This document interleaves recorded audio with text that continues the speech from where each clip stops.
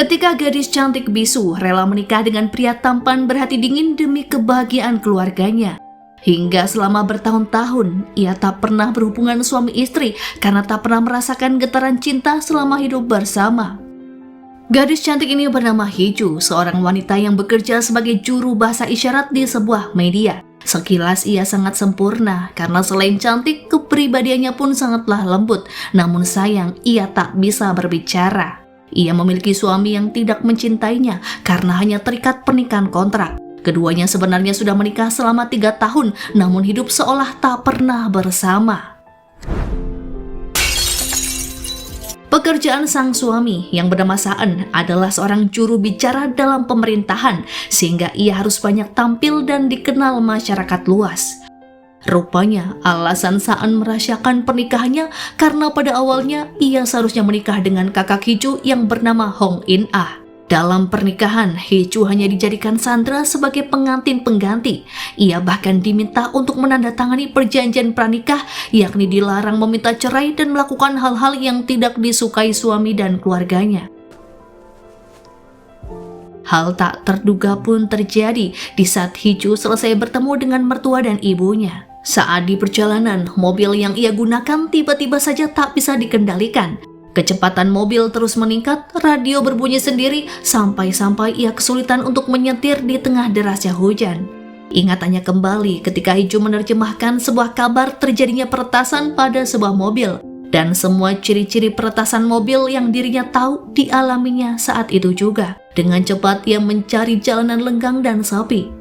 Seorang pria mulai mendekatinya yang terlihat menggunakan jas hujan, topi, dan masker hitam. Wanita bisu ini pun mulai merasa panik dan berusaha mengunci pintu mobil, namun kembali terbuka oleh si peretas.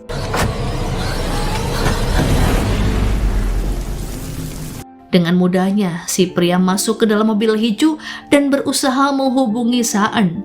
Ia mengancam akan menghabisi istrinya dan bahkan sudah menodongkan senjata ke leher Hiju hingga meminta tebusan. Namun hal yang diucapkan Saan justru di luar dugaan. Ia menyuruh si pelaku untuk menghabisi istrinya jika memang pelaku sedang menyekapnya. Terlebih selama ini, selain keluarga, tak ada yang tahu jika Hiju adalah istri dari Saan. Saat itu, Saan hanya menganggap ancaman tersebut sebagai bentuk penipuan di tengah isu politik menjelang Pilpres. 시체가 나오거든. 할 거면 빨리 해. Ketika Hiju mengetahui bahwa Saan sama sekali tak peduli dengan nyawanya, hatinya pun terasa sangat sakit. Ia bahkan berteriak seperti orang gila dan meminta penipu tersebut untuk menelpon suaminya lagi. Dan untuk pertama kalinya, Hiju yang selama ini disangka bisu ternyata bisa berbicara. Bahkan kalimat yang pertama kali keluar dari mulutnya adalah umpatan untuk suaminya sendiri. Seketika Hiju tak bisa menahan air matanya. Ia lalu menginjak pedal gas dengan kuat hingga mobil yang dikendarainya menabrak polisi tidur di hadapannya dan membuat mobil kehilangan arah sebelum berputar di jalanan dan akhirnya terperosok. Setibanya di rumah, Hiju yang masih merasa syok dengan kejadian yang baru saja menimpanya bergegas untuk membersihkan diri.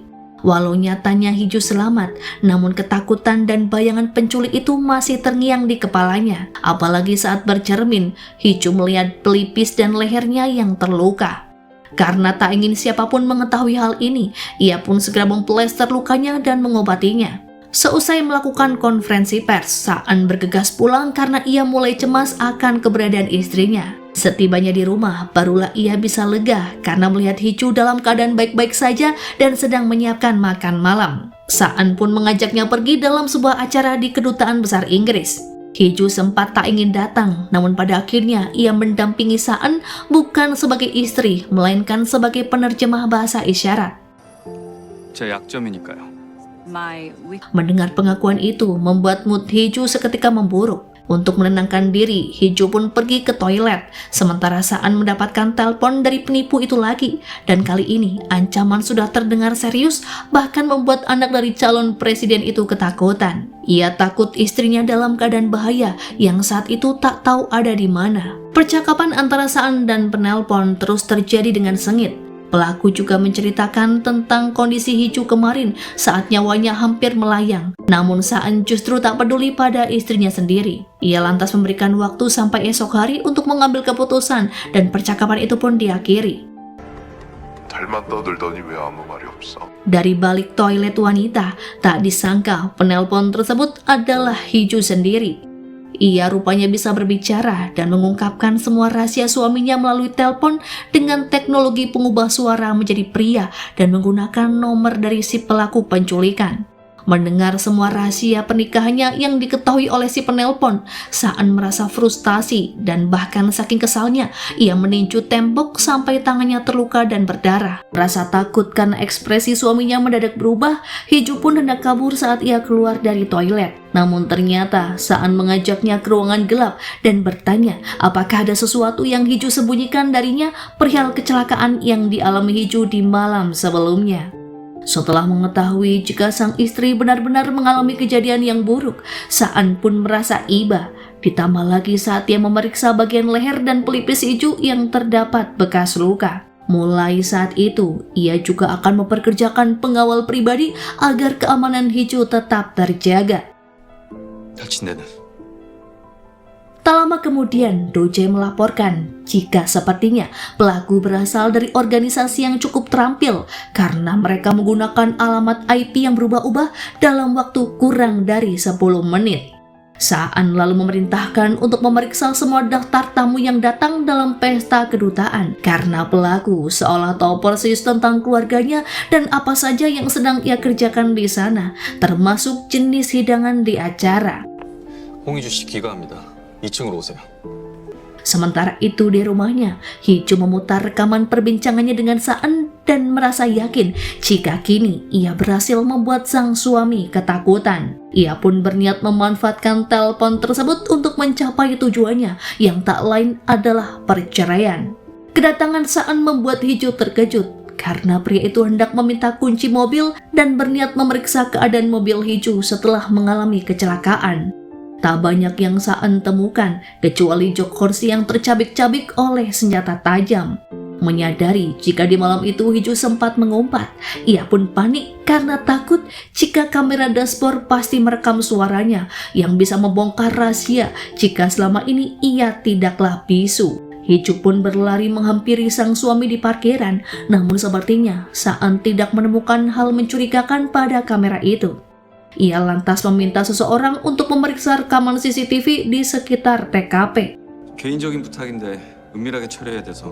Saan bertanya bagaimanakah cara Hiju pulang dalam kondisi mobil yang tak bisa lagi digunakan. Terungkap jika sesaat setelah kecelakaan terjadi, Hiju dan pelaku sama-sama pingsan akibat menabrak pembatas jalan. Khawatir polisi akan datang, pelaku pun segera kabur setelah ia siuman. Ia bahkan tak sempat memperhatikan HP-nya yang ternyata ketinggalan. Hiju lantas memanggil jasa derek mobil dan saat itulah ia baru menyadari jika ponsel pelaku tertinggal di dalam mobilnya. Saan lalu melarang Hiju untuk bekerja sementara waktu, namun ternyata Hiju sudah ada janji untuk bekerja di pengadilan sebagai penerjemah penggugat yang tunawicara. Keesokan harinya, usai melakukan pekerjaannya, Hiju dikejutkan dengan kedatangan seorang pria yang membuatnya takut saat ia berada di sebuah toilet dan harus bersembunyi. Karena tak menemukan Hiju di sekitaran toilet, membuat si pengawal kehilangan jejak dan mengira jika Hiju telah diculik. Namun ternyata pria yang Hiju temui adalah seniornya saat di kampus yang bernama Sangwoo. Keduanya terlihat dekat padahal sudah lama tak saling bertemu. Foto sang istri bersama pria lain rupanya cukup membuat Saan merasa cemburu, mengingat Sangwoo adalah pria tampan dan sangat karismatik.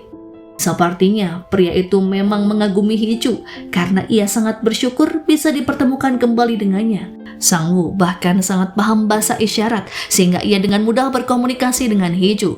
Setelah bertukar nomor HP, Hiju pun akhirnya pamit. Saan sendiri sedang memeriksa rekaman CCTV yang ternyata tak banyak memberikan informasi karena ada beberapa sudut jalan yang tidak terekspos. Semua tamu di acara kedutaan pun sudah diperiksa dan mereka adalah tamu resmi sehingga tak mungkin ada penyusup yang bisa masuk. Saan meminta Do Jae agar tak sembarang menyebarkan berita mengenai keadaan istrinya karena publik pun belum ada yang tahu mengenai sosok istrinya yang sampai saat ini masih Saan rahasiakan. Saat rapat, Saan sebenarnya masih terganggu dengan kedekatan antara istrinya dengan seorang pria. Ia pun mulai kepikiran untuk memberikan pekerjaan pada Hee-ju sebagai penerjemah di kantor kepresidenan. 대통령실 전담 수어 통역사 배치권. Setibanya di rumah, Hee-ju pun dibuat terkejut dengan kedatangan ibunya yang membawa ramuan tonik penyubur kandungan dan pakaian dinas malam. Sang ibu rupanya terus mendesak Hee-ju agar ia menjadi istri yang baik bagi Saan dan melayaninya dalam segala kebutuhan. Ia tak mau pernikahan Hee-ju kandas dan akan sangat berpengaruh bagi keuntungan bisnis kedua belah pihak keluarga. Padahal selama ini, nyatanya Hee-ju dan Saan tak pernah tidur bersama. Sebenarnya, jauh dalam lubuk hati Hee-ju, ia sangat ingin keluar dari pernikahan yang tak ubahnya bagaikan penjara. 인연이 뭐라는 거야? 잘 들어. Dengan menggunakan pakaian yang telah ibunya berikan, Hee-ju nekat menggunakan telepon milik pelaku untuk kembali menteror Saan. Ia bertindak sebagai pelaku seolah menginginkan sesuatu dari suaminya sendiri. Hee-ju kembali menghubungi Saan dan bertanya apakah Saan sudah menentukan pilihan dari ancaman sebelumnya. Saan pun dibuat penasaran mengapa pelaku bisa mengetahui tentang pernikahannya dengan Hee-ju. Karena sebenarnya tak ada yang tahu tentang fakta ini selain keluarga terdekat. Saan pun tak mau berkompromi lagi dengan si penelpon. Hee-ju sengaja mengirimkan foto seksinya agar Saan mempercayainya bahwa si pelaku mengetahui segala hal tentang kehidupan rumah tangga Saan dan bahkan sebuah tai lalat yang ada di paha wanita itu. Ia bahkan mengancam akan menyebarkan foto tersebut kepada publik. 벗겨본 적이 없는 거야? Setibanya di rumah, Hee-ju merasa khawatir jika Saan akan memeriksa tai lalat yang baru saja ia bahas. Namun ternyata Saan hanya ingin memberitahu tentang lowongan pekerjaan yang ada di kantor presiden. Saan menyebut jika Hee-ju ingin tetap bekerja, maka ia harus bekerja di sisinya. Saan teringat momen 3 tahun silam di awal-awal pernikahan yang sebenarnya Hee-ju sangat berusaha untuk melayaninya sesuai dengan anjuran sang ibu. Namun saat itu Saan terus mengabaikannya dan melarangnya untuk berpikir jika keduanya adalah suami istri. Hingga pada akhirnya, baik Saan dan Hee-ju bersikap dingin bagaikan orang asing meskipun tinggal dalam satu rumah. Keesokan harinya, Saan menunjukkan perubahan sikap. Ia bahkan menyiapkan sarapan dan bertanya tentang pria yang ditemui Hee-ju di pengadilan. 놓친 게 아니면 뭔데? 뭐 했는데? Sementara Saan masih dibuat sibuk dan frustasi karena berbagai analisa pelaku, mulai dari suara, kepribadian, dan segala catatan kriminal pun tak ada yang mendapatkan titik temu. Do Jae justru curiga mengapa si pelaku terlihat dengan mudah masuk ke mobil Hee-ju saat kejadian penculikan waktu lalu. Hee-ju sendiri terlihat mengunjungi ayahnya di panti jompo. Pria itu diketahui mengalami demensia semenjak ditinggal oleh istrinya yang memilih pria kaya untuk dinikahi. Hee-ju juga menyesal mengapa ayahnya tak pernah mempertahankannya dan membiarkan ibunya berselingkuh hingga ayahnya pun mengidap gangguan mental. Di suatu malam, Hee-ju kembali menghubungi Saan, namun pria itu memintanya untuk menghubunginya dalam 5 menit lagi. Hingga beberapa menit bahkan jam kemudian, Saan tak bisa dihubungi yang membuat Hee-ju khawatir hingga ia tak bisa tenang. Setibanya di rumah, ia pun memastikan keadaan Saan, namun ternyata suaminya belum juga pulang. Menjelang dini hari, Hee-ju ketiduran di sofa untuk menunggu kepulangan suaminya. Selama di kantor, pikiran Saan tak fokus, terutama ketika ia mendapatkan telepon dari pelakunya. Di saat tim Saan sedang melacak si penelpon, mereka kedatangan pria mencurigakan dengan membawa paket makanan yang ternyata berisi bahan peledak yang seketika menghancurkan satu lantai gedung. Beruntungnya, kejadian itu tidak merenggut korban jiwa, sementara Saan dilarikan ke rumah sakit. Keesokan harinya, ia pun mengecek keadaan sang istri lewat pengawalnya dan menyebut jika keadaan Hee-ju baik-baik saja. Dari rekaman CCTV, Saan pun berniat mencari tahu siapakah pelakunya. Do Jae melarang Saan untuk melaporkan insiden ini pada polisi untuk menghindari pemberitaan di media. Dalam keadaan masih terpasang infusan, Saan pun nekat memaksa pulang. 어쩌시려고요? 경찰은 대변인 명관 등은 모릅니다. 그래서 Sementara itu, Hiju yang sedang menonton televisi dibuat terkejut dengan pemberitaan ledakan yang terjadi di kantor suaminya. Melihat Saan pulang dalam keadaan lusuh dan terluka, membuat Hiju merasa terkejut dan seketika gemetaran. Apalagi setelah Saan terus memojokkannya dan bertanya tentang kejanggalan-kejanggalan yang terjadi di dalam rumah tangganya akhir-akhir ini. Ia pun hendak memeriksa tai lalat Hiju untuk menemukan adanya petunjuk. Sebenarnya, siapakah pelakunya? Ia pun curiga apakah benar si penelpon merupakan seseorang yang pernah menyentuh Hiju sebelumnya. Namun Hiju menolak saat roknya disingkapkan dan mengalihkan pertanyaan dan membahas mengenai keadaan suaminya pasca menjadi korban ledakan. Hiju pun merasa dilema apakah ia harus mengakui jika dirinya lah yang mengirim foto tempo hari. Namun ia pun tak tahu mengapa kini keadaannya justru semakin rumit. Hiju memilih tetap bungkam dan berpura-pura tak paham dengan maksud Saan yang ingin melihat bagian tubuhnya untuk memastikan sesuatu. Saan pada akhirnya batal memeriksanya dan meminta maaf karena telah membuat Hiju tak nyaman. 뭘 보려는 건지 모른다 이거지. Tak lama kemudian, Dujay pun menelpon dan menyebut jika pelaku ledakan sepertinya berhubungan dengan kasus pembakaran berantai yang selama 6 bulan terakhir menteror sekitar lokasi gedung. Sampai saat ini pun polisi juga masih melakukan pengejaran. Saan mulai curiga jika pelaku adalah 2 orang karena ledakan terjadi saat pria itu sedang menelponnya. Untuk berjaga-jaga, Saan lantas memeriksa HP sang istri apakah ada yang menyadapnya. Ia pun segera pergi dan meminta Hiju agar lebih berhati-hati selama di rumah. Hiju lalu mengambil HP pelaku dan menghapus foto yang kemarin ia kirimkan pada sang suami. Sementara itu, hubungan antara ibu Hiju dan besanya terlihat kurang akur. Keduanya datang untuk menemani suami masing-masing berlatih menembak. Ayah tiri Hiju bahkan membahas jika Saan adalah jubir yang sangat hebat dan berintegritas yang sangat mirip seperti kakeknya yang bernama Ketua Paik. Berpindah di suatu tempat, seorang pria berusia 40 tahunan terlihat sedang mengolah ikan untuk disajikan santapan. Sepertinya ia memiliki hubungan dengan pelaku ledakan karena dari sambungan telepon ia terdengar sedang membahas mengenai kejadian tersebut.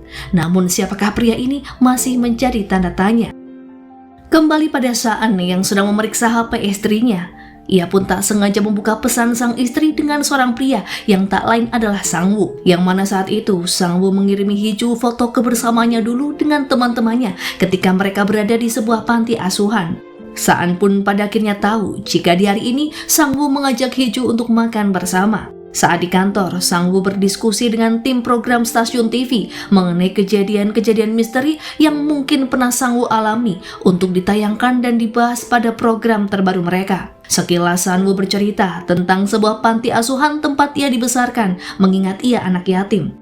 20 tahun silam, secara tak sengaja, Sangwoo mendatangi rumah megah di sekitar area panti asuhan yang merupakan milik keluarga kaya raya. Di sanalah ia bertemu dengan seorang bocil sepantaran asal kota Seoul. Meskipun perilaku bocah itu sedikit aneh, namun Sangwoo pada akhirnya berteman dan ia bermain bersama hampir setiap harinya. Hingga suatu ketika, ia melihat kejadian yang mengerikan di rumah tersebut yang membuatnya sangat terkejut dan memutuskan tak akan pernah kembali lagi ke rumah itu. Sangwoo tak sempat melanjutkan ceritanya karena jam kerjanya telah habis dan ia teringat jika ada jadwal makan bersama seseorang yang tak lain adalah Hiju. Setelah menerima laporan tentang bahan peledak yang digunakan pelaku, Sang An menuju ke restoran tempat istrinya akan janji temu. Suatu kebetulan, Yuri yang sedari dulu mengagumi Saan saat itu mengirimkan pesan untuk mengajaknya makan bersama. Saan langsung menyetujuinya dan mengajaknya bertemu di restoran yang sama dengan Hiju berada. Pada akhirnya, mereka berempat pun dipertemukan dalam kondisi yang sangat canggung dan bahkan Saan sengaja meminta untuk satu meja bersama. Hiju tak bisa menyembunyikan perasaan malunya ketika sang suami menyapanya dengan lembut. Saat itu, Saan sedikit terusik ketika Sangwoo terlihat sangat perhatian pada istrinya dan bahkan memotongkan daging untuk Hiju dan sangat paham dengan bahasa isyarat. Demi mencairkan suasana, Yuri menyebut jika Sangwoo dan Hiju adalah teman masa kuliah. Ia juga penasaran bagaimana bisa Saan mengenal Hiju. Setelah perbincangan yang cukup dingin, Saan tak menyangka jika ternyata Sangwoo berprofesi sebagai seorang psikiater dan masih melajang.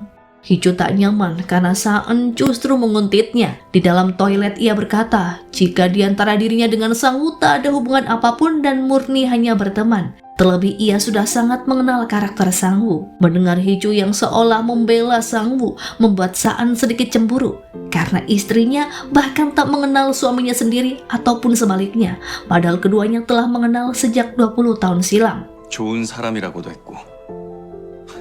글쎄.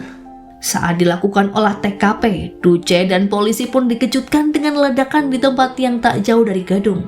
Duce mengejar seorang pria misterius yang diduga kuat adalah pelakunya hingga ia berhasil meringkusnya setelah terlibat aksi kejar-kejaran di jalanan. Penangkapan itu pun Duce kabarkan pada Saan dan pelaku saat ini sedang diinterogasi polisi. Pria itu mengaku jika memang ia adalah pelaku pembakaran berantai, namun untuk kasus ledakan di gedung Saan ia mengaku tak tahu apa-apa. 어제는 아니라니까. 자식, 근데 Sementara itu, teror kini menghantui Hee-ju.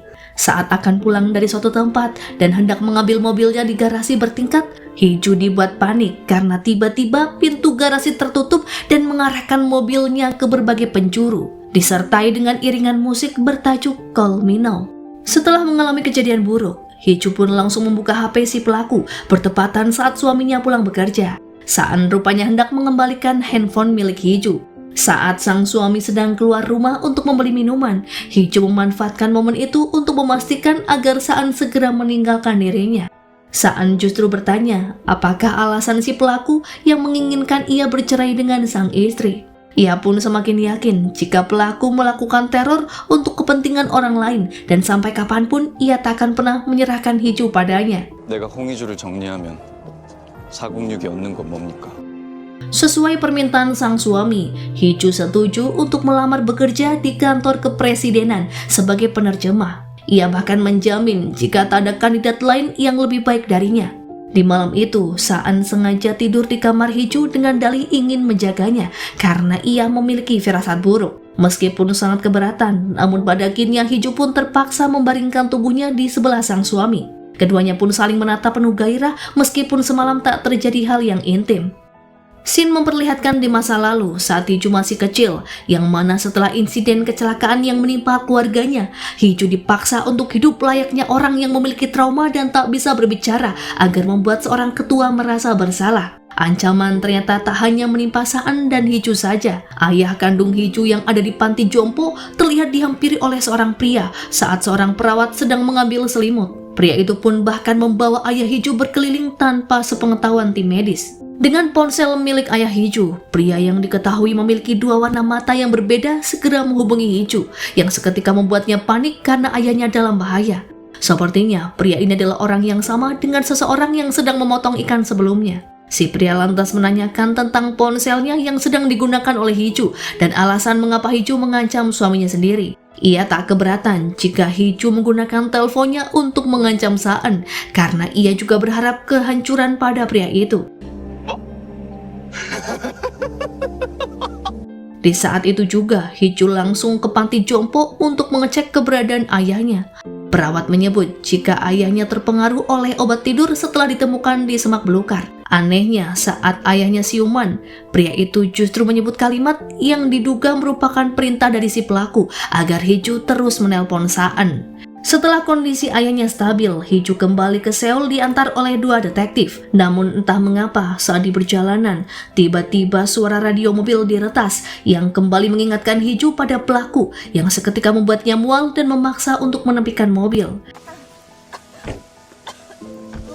Di tengah keputusasaannya, dari kejauhan terlihat seorang mobil pejabat dengan pengamanan khusus datang menghampiri mereka, yang ternyata itu adalah Saan. Saan mengaku akan membawa Hee-ju pulang karena keduanya suami istri. Ia juga meminta detektif untuk merahasiakan apa yang terjadi sampai Saan sendiri yang akan melapor pada petugas polisi. Ternyata sebelumnya, Saan yang sedang bersiarah bersama para pejabat tinggi mendapatkan telepon dari panti jompo yang mengabarkan keadaan ayah mertuanya. Hingga ia pun diberikan pengawalan petugas agar lebih cepat sampai di tujuan. Pada akhirnya, Saan juga menemukan keberadaan Hee-ju di tepi jalan dalam keadaan menyedihkan. Hee-ju tak menyangka dengan tindakan suaminya yang secara tiba-tiba mengakui statusnya sebagai istri. Saan lalu mengajak Hiju pulang dan berjanji akan mengurus keamanan ayah mertuanya dan berharap Hiju untuk tetap tenang. Di dalam mobil itulah Saan pertama kalinya sekilas mendengar suara Hiju ketika ia sedang menangis sesenggukan. Ia pun memberikan sapu tangan miliknya untuk mengelap air mata Hiju. Sementara itu, Saan dan Hiju kini tiba di hotel karena di hari itu keduanya ada janji makan malam bersama orang tua Saan. Hiju membersihkan wajahnya yang tampak kusut, sementara Saan memesan layanan kamar untuk menyiapkan makanan dan kebutuhan sang istri. Sampai saat ini, Saan belum berani melaporkannya kepada pihak polisi. Namun, jika keadaan semakin kacau, ia pun terpaksa harus meminta bantuan pada pihak berwenang. 억지로 털어놓게 할 수도 있어. 그런데 Ia pun meminta Hiju untuk mengaku jika memang ada hal yang ia sembunyikan sebelum polisi sendiri yang akan menginterogasinya. Melihat respon sang istri yang masih saja bungkam, Saan tak mau memaksanya karena menganggap jika keduanya memang tak sedekat itu untuk saling mencampuri urusan masing-masing. Ia pun meminta Hiju beristirahat sejenak, sementara dirinya akan bertemu dengan orang tuanya terlebih dulu. Melihat makanan yang Saan pesan, Hiju pun sempat penasaran karena makanan tersebut sama persis dengan yang ada di acara perjamuan duta besar, yang bahkan pernah Hiju ucapkan saat ia bertindak sebagai pelaku teror. Pembicaraan mereka pun terlihat sangat canggung sebab sang ayah menanyakan keberadaan Hiju yang tidak hadir. Ternyata acara makan malam tersebut membahas mengenai rencana Tuan Uyong yang akan melakukan syuting kegiatan sehari-hari menuju pencalonan presiden. Ia pun meminta Saan datang bersama istrinya. Tak lama kemudian, Hiju muncul setelah ia merasa jauh lebih tenang. Melihat kedatangan Hiju yang lesu dan tampak tak berguna, membuat Tuan Uyong mengucapkan kalimat yang menohok seolah ia tak memiliki anggota keluarga yang bisa dibanggakan selain putranya sendiri. Ia bahkan membahas mengenai kakak Hiju yang seharusnya menikah dengan Saan dan kekecewaannya terhadap ketua Hong yang telah menipunya karena mengirim gadis tunarungu sebagai pengganti putri sulungnya. Mendengar ucapan ayahnya yang sangat keterlaluan, Saan lantas mengajak Hiju untuk meninggalkan ruangan meskipun acara makan malam belum selesai. Saan menegaskan jika dirinya takkan pernah berpartisipasi dalam kampanye ayahnya. Melihat putranya yang bersikap kurang ajar, Tuan Uyong mengancam Saan karena sudah berani menentangnya. Menyadari sikap ayahnya yang menyinggung harga diri Hiju, Saan meminta maaf dan berharap agar istrinya tak sakit hati. Hiju yang masih terngiang dengan kode dari pelaku yang menyuruhnya untuk terus menghubungi pelaku seperti sebelumnya benar-benar membuatnya sangat frustasi dan berniat membuang HP itu. Niatannya pun ia urungkan karena Saan memergokinya. Sedikit Hiju termotivasi saat teman-teman memberikan dukungan terkait niatan Hiju untuk mendaftar sebagai penerjemah di kantor kepresidenan.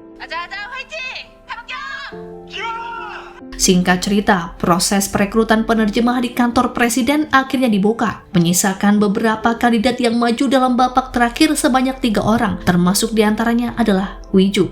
Mereka diuji untuk menerjemahkan pidato yang dibawakan oleh Saan di sebuah acara kenegaraan. Di ruang kerjanya, Saan juga memantau sang istri yang tampak sangat terampil menerjemahkan dan tak ada salah sedikit pun. Pada akhirnya, Saan memutuskan untuk menguji kandidat secara langsung yang membuat Hiju seakan tertekan karena Saan curiga mengapa ia bisa menghafal semua tentang isi pidatonya dan bahkan Hiju menerjemahkannya lebih cepat sebelum Saan memulai berbicara. 지금부터 내가 묻는 말에 사실대로 답변해주기 바랍니다. Jawaban Hiju pun sangat mengejutkan karena ternyata ia telah menguasai semua pidato Saan yang ditayangkan secara acak dan bahkan dari tahun ke tahun. Ternyata Hiju memang telah menghafal semuanya sebagai bahan latihan dan memperhatikan titik artikulasi antara bibir dan pergerakan gigi Saan. Saan tak menyangka jika kini sang istri benar-benar ingin membuktikan kemampuan diri dan rupanya Hiju juga sangat terobsesi pada dirinya meskipun Hiju mengakui jika hal itu sebuah kegilaan. Pada akhir wawancara, sengaja Saan menguji Hiju dengan kalimat yang harus ia terjemahkan yang berisi tentang ironi rumah tangga yang tak adanya rasa terbuka satu sama lain karena tak ada rasa cinta di dalamnya meskipun sudah menikah selama bertahun-tahun. Ucapan itu pun seolah menggambarkan pernikahan keduanya yang hambar dan bahkan saling masih mencurigai. 두 사람은 서로의 속마음을 터놓지 못하고 Menyadari sikap Saan terhadap Hiju barusan membuat seorang bawahan lantas bertanya apakah Hiju akan diterima. Karena sebenarnya ia juga sangat berharap pada kemampuan Hiju dan menyukai penampilannya yang terlihat totalitas. Sembari memandang wajah Hiju dalam sebuah foto, ingatan Saan kembali ke masa-masa saat keduanya masih remaja. Dalam acara perjamuan keluarga, ternyata hubungan antara keluarga Tuan Uijung dan Ketua Hong sudah mulai terjalin. Saan terlihat sedang menepi dari keramaian karena ia tak berselera makan dengan menu yang ada, yang kebanyakan berbahan dasar ikan mentah. Saat itu, ibunya tiba-tiba datang dan memaksanya untuk memakan makanan yang tidak ia sukai. Meskipun saat itu, Saan merasa sangat mual dan akhirnya memuntahkan makanannya. Terlihat tatapan ibunya begitu dingin, seperti ada yang disembunyikan.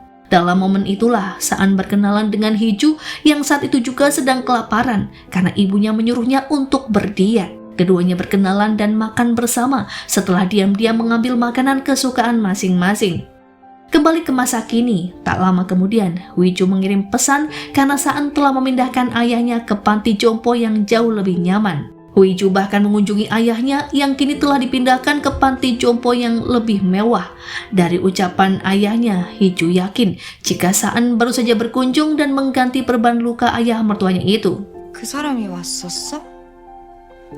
Di lain sisi, seorang gadis cantik berpakaian biru terlihat tiba di bandara dan kuat dugaan gadis itu adalah In-ah. Keberadaan In-ah di kota Seoul rupanya diketahui oleh Hiju melalui postingannya di media sosial. Seketika, ingatan Hiju kembali ke masa lalu saat ibunya memaksanya untuk menggantikan In-ah di hari pernikahan karena gadis itu kabur entah kemana. Dan yang lebih membuatnya tersakiti adalah karena kebahagiaan dan kebebasannya yang seketika terenggut hanya untuk menjaga cincin dan status pernikahan sampai seorang gadis yang seharusnya mendapatkannya kembali.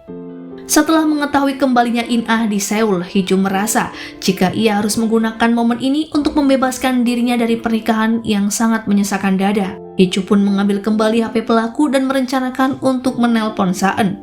Saan menyelidiki tentang Sang-woo dari seseorang yang tak lain adalah Yuri. Lewat sebuah telepon, pada akhirnya Saan tahu jika Sang-woo besar di panti asuhan, yang mana tempat tersebut tak asing baginya.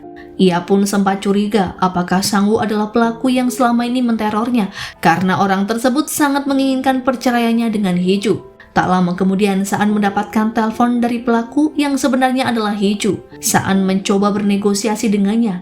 Hal apakah yang akan Saan dapatkan jika ia melepaskan Hiju? Hiju pun seketika menjawab jika Saan akan mendapatkan kembali In-ah sesuai dengan keinginannya. 처음부터 원한 건 홍이나였잖아. 홍이주는 Hiju pun tak menyangka, ternyata sebelum In-ah pergi di hari pernikahannya, ia sudah bertemu dengan Saan untuk membuat kesepakatan. Dan kesepakatan itulah yang membuat In-ah tak bisa menjadi istri Saan. Hiju pun segera mematikan ponselnya dengan perasaan panik dan menyembunyikan ponsel itu di bawah meja dapur. Setibanya di rumah, Saan memuji kinerja Hiju sebagai penerjemah di kantor presiden. Ia memintanya untuk menunggu hasil keputusan penerimaan. Hiju pun sempat bertanya-tanya dalam hati, apakah Saan belum mengetahui jika kini In-ah sudah kembali. Esokan harinya, acara ultah perusahaan harian Changwon diadakan. Hiju yang datang saat itu justru mendapatkan amukan dari ibunya tentang kepindahan mantan suaminya ke panti jompo yang lain. Ia pun sangat marah ketika mengetahui jika Saanlah yang telah memindahkannya. Sang ibu mengancam Hiju untuk menjaga rahasia ini dari Ketua Hong. 그게 무슨 자랑거리라고 들켜? 회장님 아시면 어쩌려고? Tanpa mau menanyakan apa yang terjadi pada mantan suaminya itu, ibu Hiju hanya meninggalkannya begitu saja. Rasa sakit hati Hiju seketika bertambah besar saat ia mendengar ucapan tamu lain yang terus menganggap Hiju sebagai bayangan In-ah yang terlihat menyedihkan. Terlebih karena Hiju selalu muncul di setiap acara, namun seolah ia tak pernah dianggap keberadaannya. Padahal In-ah sendiri belum pernah menampakkan diri semenjak ia menikah dengan Saan. Melihat suaminya sibuk melayani tamu wanita, Hiju memilih menyendiri di rooftop gedung dengan segelas wine. Ia pun kembali menghubungi suaminya, namun kali ini justru berisi curahan hatinya tentang kehidupan sosok Hiju yang suram dan memang tak layak mendapatkan kebahagiaan. Entah mengapa saat itu Saan membela Hiju habis-habisan dan berkata jika Hiju adalah seseorang yang bisa membuatnya bernapas lega di saat ia membutuhkan ketenangan dari keberisikan orang-orang di sekitarnya yang selalu membuatnya tertekan. Hiju tak yakin dengan apa yang diucapkan Saan karena selama ini suaminya hanya menganggapnya sebagai orang yang tidak terlihat dan selalu melarangnya untuk berpikir jika keduanya adalah pasangan suami istri. 근데 왜 홍희주를 투명인간 취급했어? Betapa terkejutnya Hiju karena saat itu Saan tiba-tiba ada di belakangnya dan menatapnya dengan penuh rasa curiga. Hiju sangat terkejut karena takut kedoknya sebagai penelpon teror selama ini akan terbongkar. Ia pun nyaris tergelincir saat akan turun dari kursi. Beruntungnya Saan gerak cepat dan menangkap Hiju ke dalam pelukannya. Saan sebenarnya curiga karena saat itu Hiju terlihat sedang menelpon, namun Hiju berkilah dan memilih untuk kembali ke acara pesta. Tak lama kemudian, Do Jae menghubungi Saan dan memberitahu jika penelpon yang baru saja menghubunginya terlacak ada di hotel yang sama dan berada sangat dekat dengan Saan. Seketika Saan khawatir jika kali ini peneror mengincar nyawa sang istri. Ia pun langsung panik dan mulai mengejar Hiju, bahkan ia nekat menggunakan tangga darurat. Sementara itu di sudut ruangan, Hiju tengah memperhatikan foto para pejabat yang memiliki peran penting dalam perusahaan Chungwon. Ia lalu diingatkan oleh Ibu Saan untuk segera masuk ke dalam acara pesta. Berbeda dengan Hiju yang tampak kagum saat melihat foto yang dipajang di sana, Ibu Saan justru merasa muak dan bahkan menyiram anggur yang ia minum ke salah satu foto yang tak lain adalah ayah mertuanya sendiri, yakni Tuan Paik. Sepertinya keluarga sang jubir memiliki rahasia kelam yang belum terekspos. Hiju yang sudah berada di dalam ruangan lantas duduk manis di meja, sementara Saan yang baru saja tiba bisa bernapas lega karena istrinya kini baik-baik saja. Ia sempat mengira jika si penelpon akan mengancam keselamatan Hiju. Saan pun segera meminta anak buahnya untuk mempercepat proses penguraian suara dan memeriksa daftar tamu yang datang ke hotel. Acara ulang tahun perusahaan pun selesai dan pasangan suami istri ini pun tiba di rumahnya. Saan mulai menanyakan mengenai bekas luka di lutut Hiju dan ia seolah penasaran mengapa sejak dulu gadis itu memilih diam dan tidak berteriak, padahal Saan tahu jika sebenarnya saat itu Hiju masih bisa berbicara. 그때도 넌 비명 한 번 안 질렀어. Ternyata saat kecil dulu Saan pernah menyelamatkan Hiju saat ia akan digigit anjing. Pada saat itu Hiju kecil sama sekali tak mengeluarkan suaranya padahal ia sudah dalam bahaya. Ternyata hal itu diakibatkan tekanan dari ibunya yang sangatlah besar sehingga Hiju bersedia berpura-pura bisu demi kehidupan keluarganya. Keduanya pun kembali tertidur di kamar masing-masing dan menyimpan berbagai praduga serta pikiran sendiri mengenai segala hal. Meskipun tak bisa terlelap, namun Saan memilih tetap diam di kamarnya dan tak berani bertanya langsung kepada sang istri. Keesokan paginya, Saan menjadi tak konsentrasi bekerja dan saat ke toilet, secara tak sengaja ia mendengarkan obrolan salah satu anak buahnya yang sedang curhat pada istrinya. Hal ini pun menarik perhatian Saan dan ia pun mulai mengajukan pertanyaan tentang komunikasi antara suami istri yang seharusnya. Jawaban konyol dari bawahannya justru membuat sang jubir mendapatkan sedikit pencerahan. 비상금을 숨겨두셨습니까? Ia lalu memutuskan untuk menerima Hiju bekerja sebagai penerjemah di kantor kepresidenan. Kabar itu tentu saja membuat Hiju bahagia dan teman-temannya pun ikut bersorak. Tanpa sadar, Hiju bahkan mengirimkan beberapa chat ke HP Saan, termasuk sebuah emoticon love pun tak sengaja ia kirim.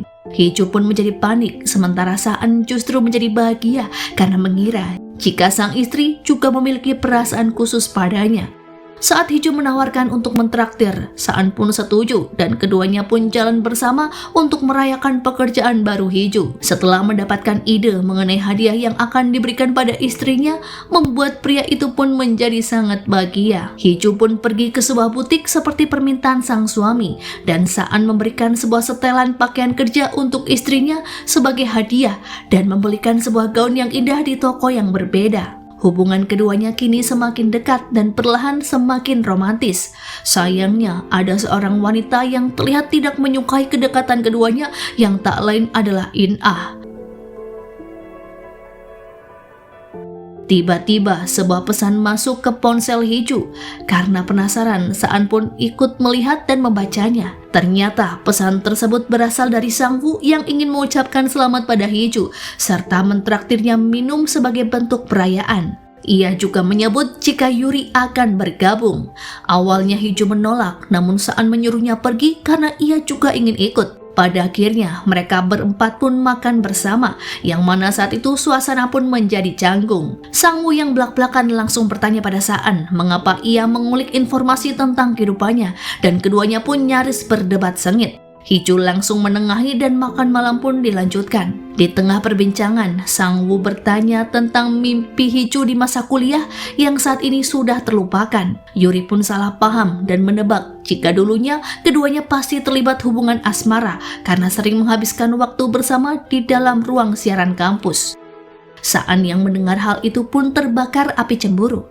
Hiju tak paham situasi dan mengira sikap Saan menjadi kesal karena masalah pekerjaan, sehingga ia menegaskan jika pembawa acara berita hanyalah impian masa lalu Hiju dan kini ia akan bekerja secara profesional menjadi penerjemah di kantor kepresidenan. Hiju akhirnya pamit ke toilet. Dan di saat itulah masuk sebuah pesan dari In-ah. Terlihat jika mental Hiju sedikit terguncang saat kakaknya menanyakan kabar dan ia pun mulai cemas sehingga memilih keluar untuk mencari udara segar. Hiju pun kembali menelpon Saan sebagai pelaku peneror agar ia segera bisa mendapatkan kebebasan seperti keinginan sebelumnya. 홍인아가 돌아온다고 해도 변함없어? Panggilan telepon pun terputus karena pada saat itu Saan menyusul dan berniat mencari istrinya. Dan ketika hampir tiba di sebuah kedai, ia nyaris tertabrak mobil. Beruntungnya Hiju bergerak tangkas dan tanpa sadar berteriak memanggil nama suaminya. Ia pun berhasil menyelamatkan sang suami dari kejadian naas. Kini hubungan keduanya pun menjadi lebih hangat. Saan lantas bertanya apakah barusan Hiju memanggil namanya.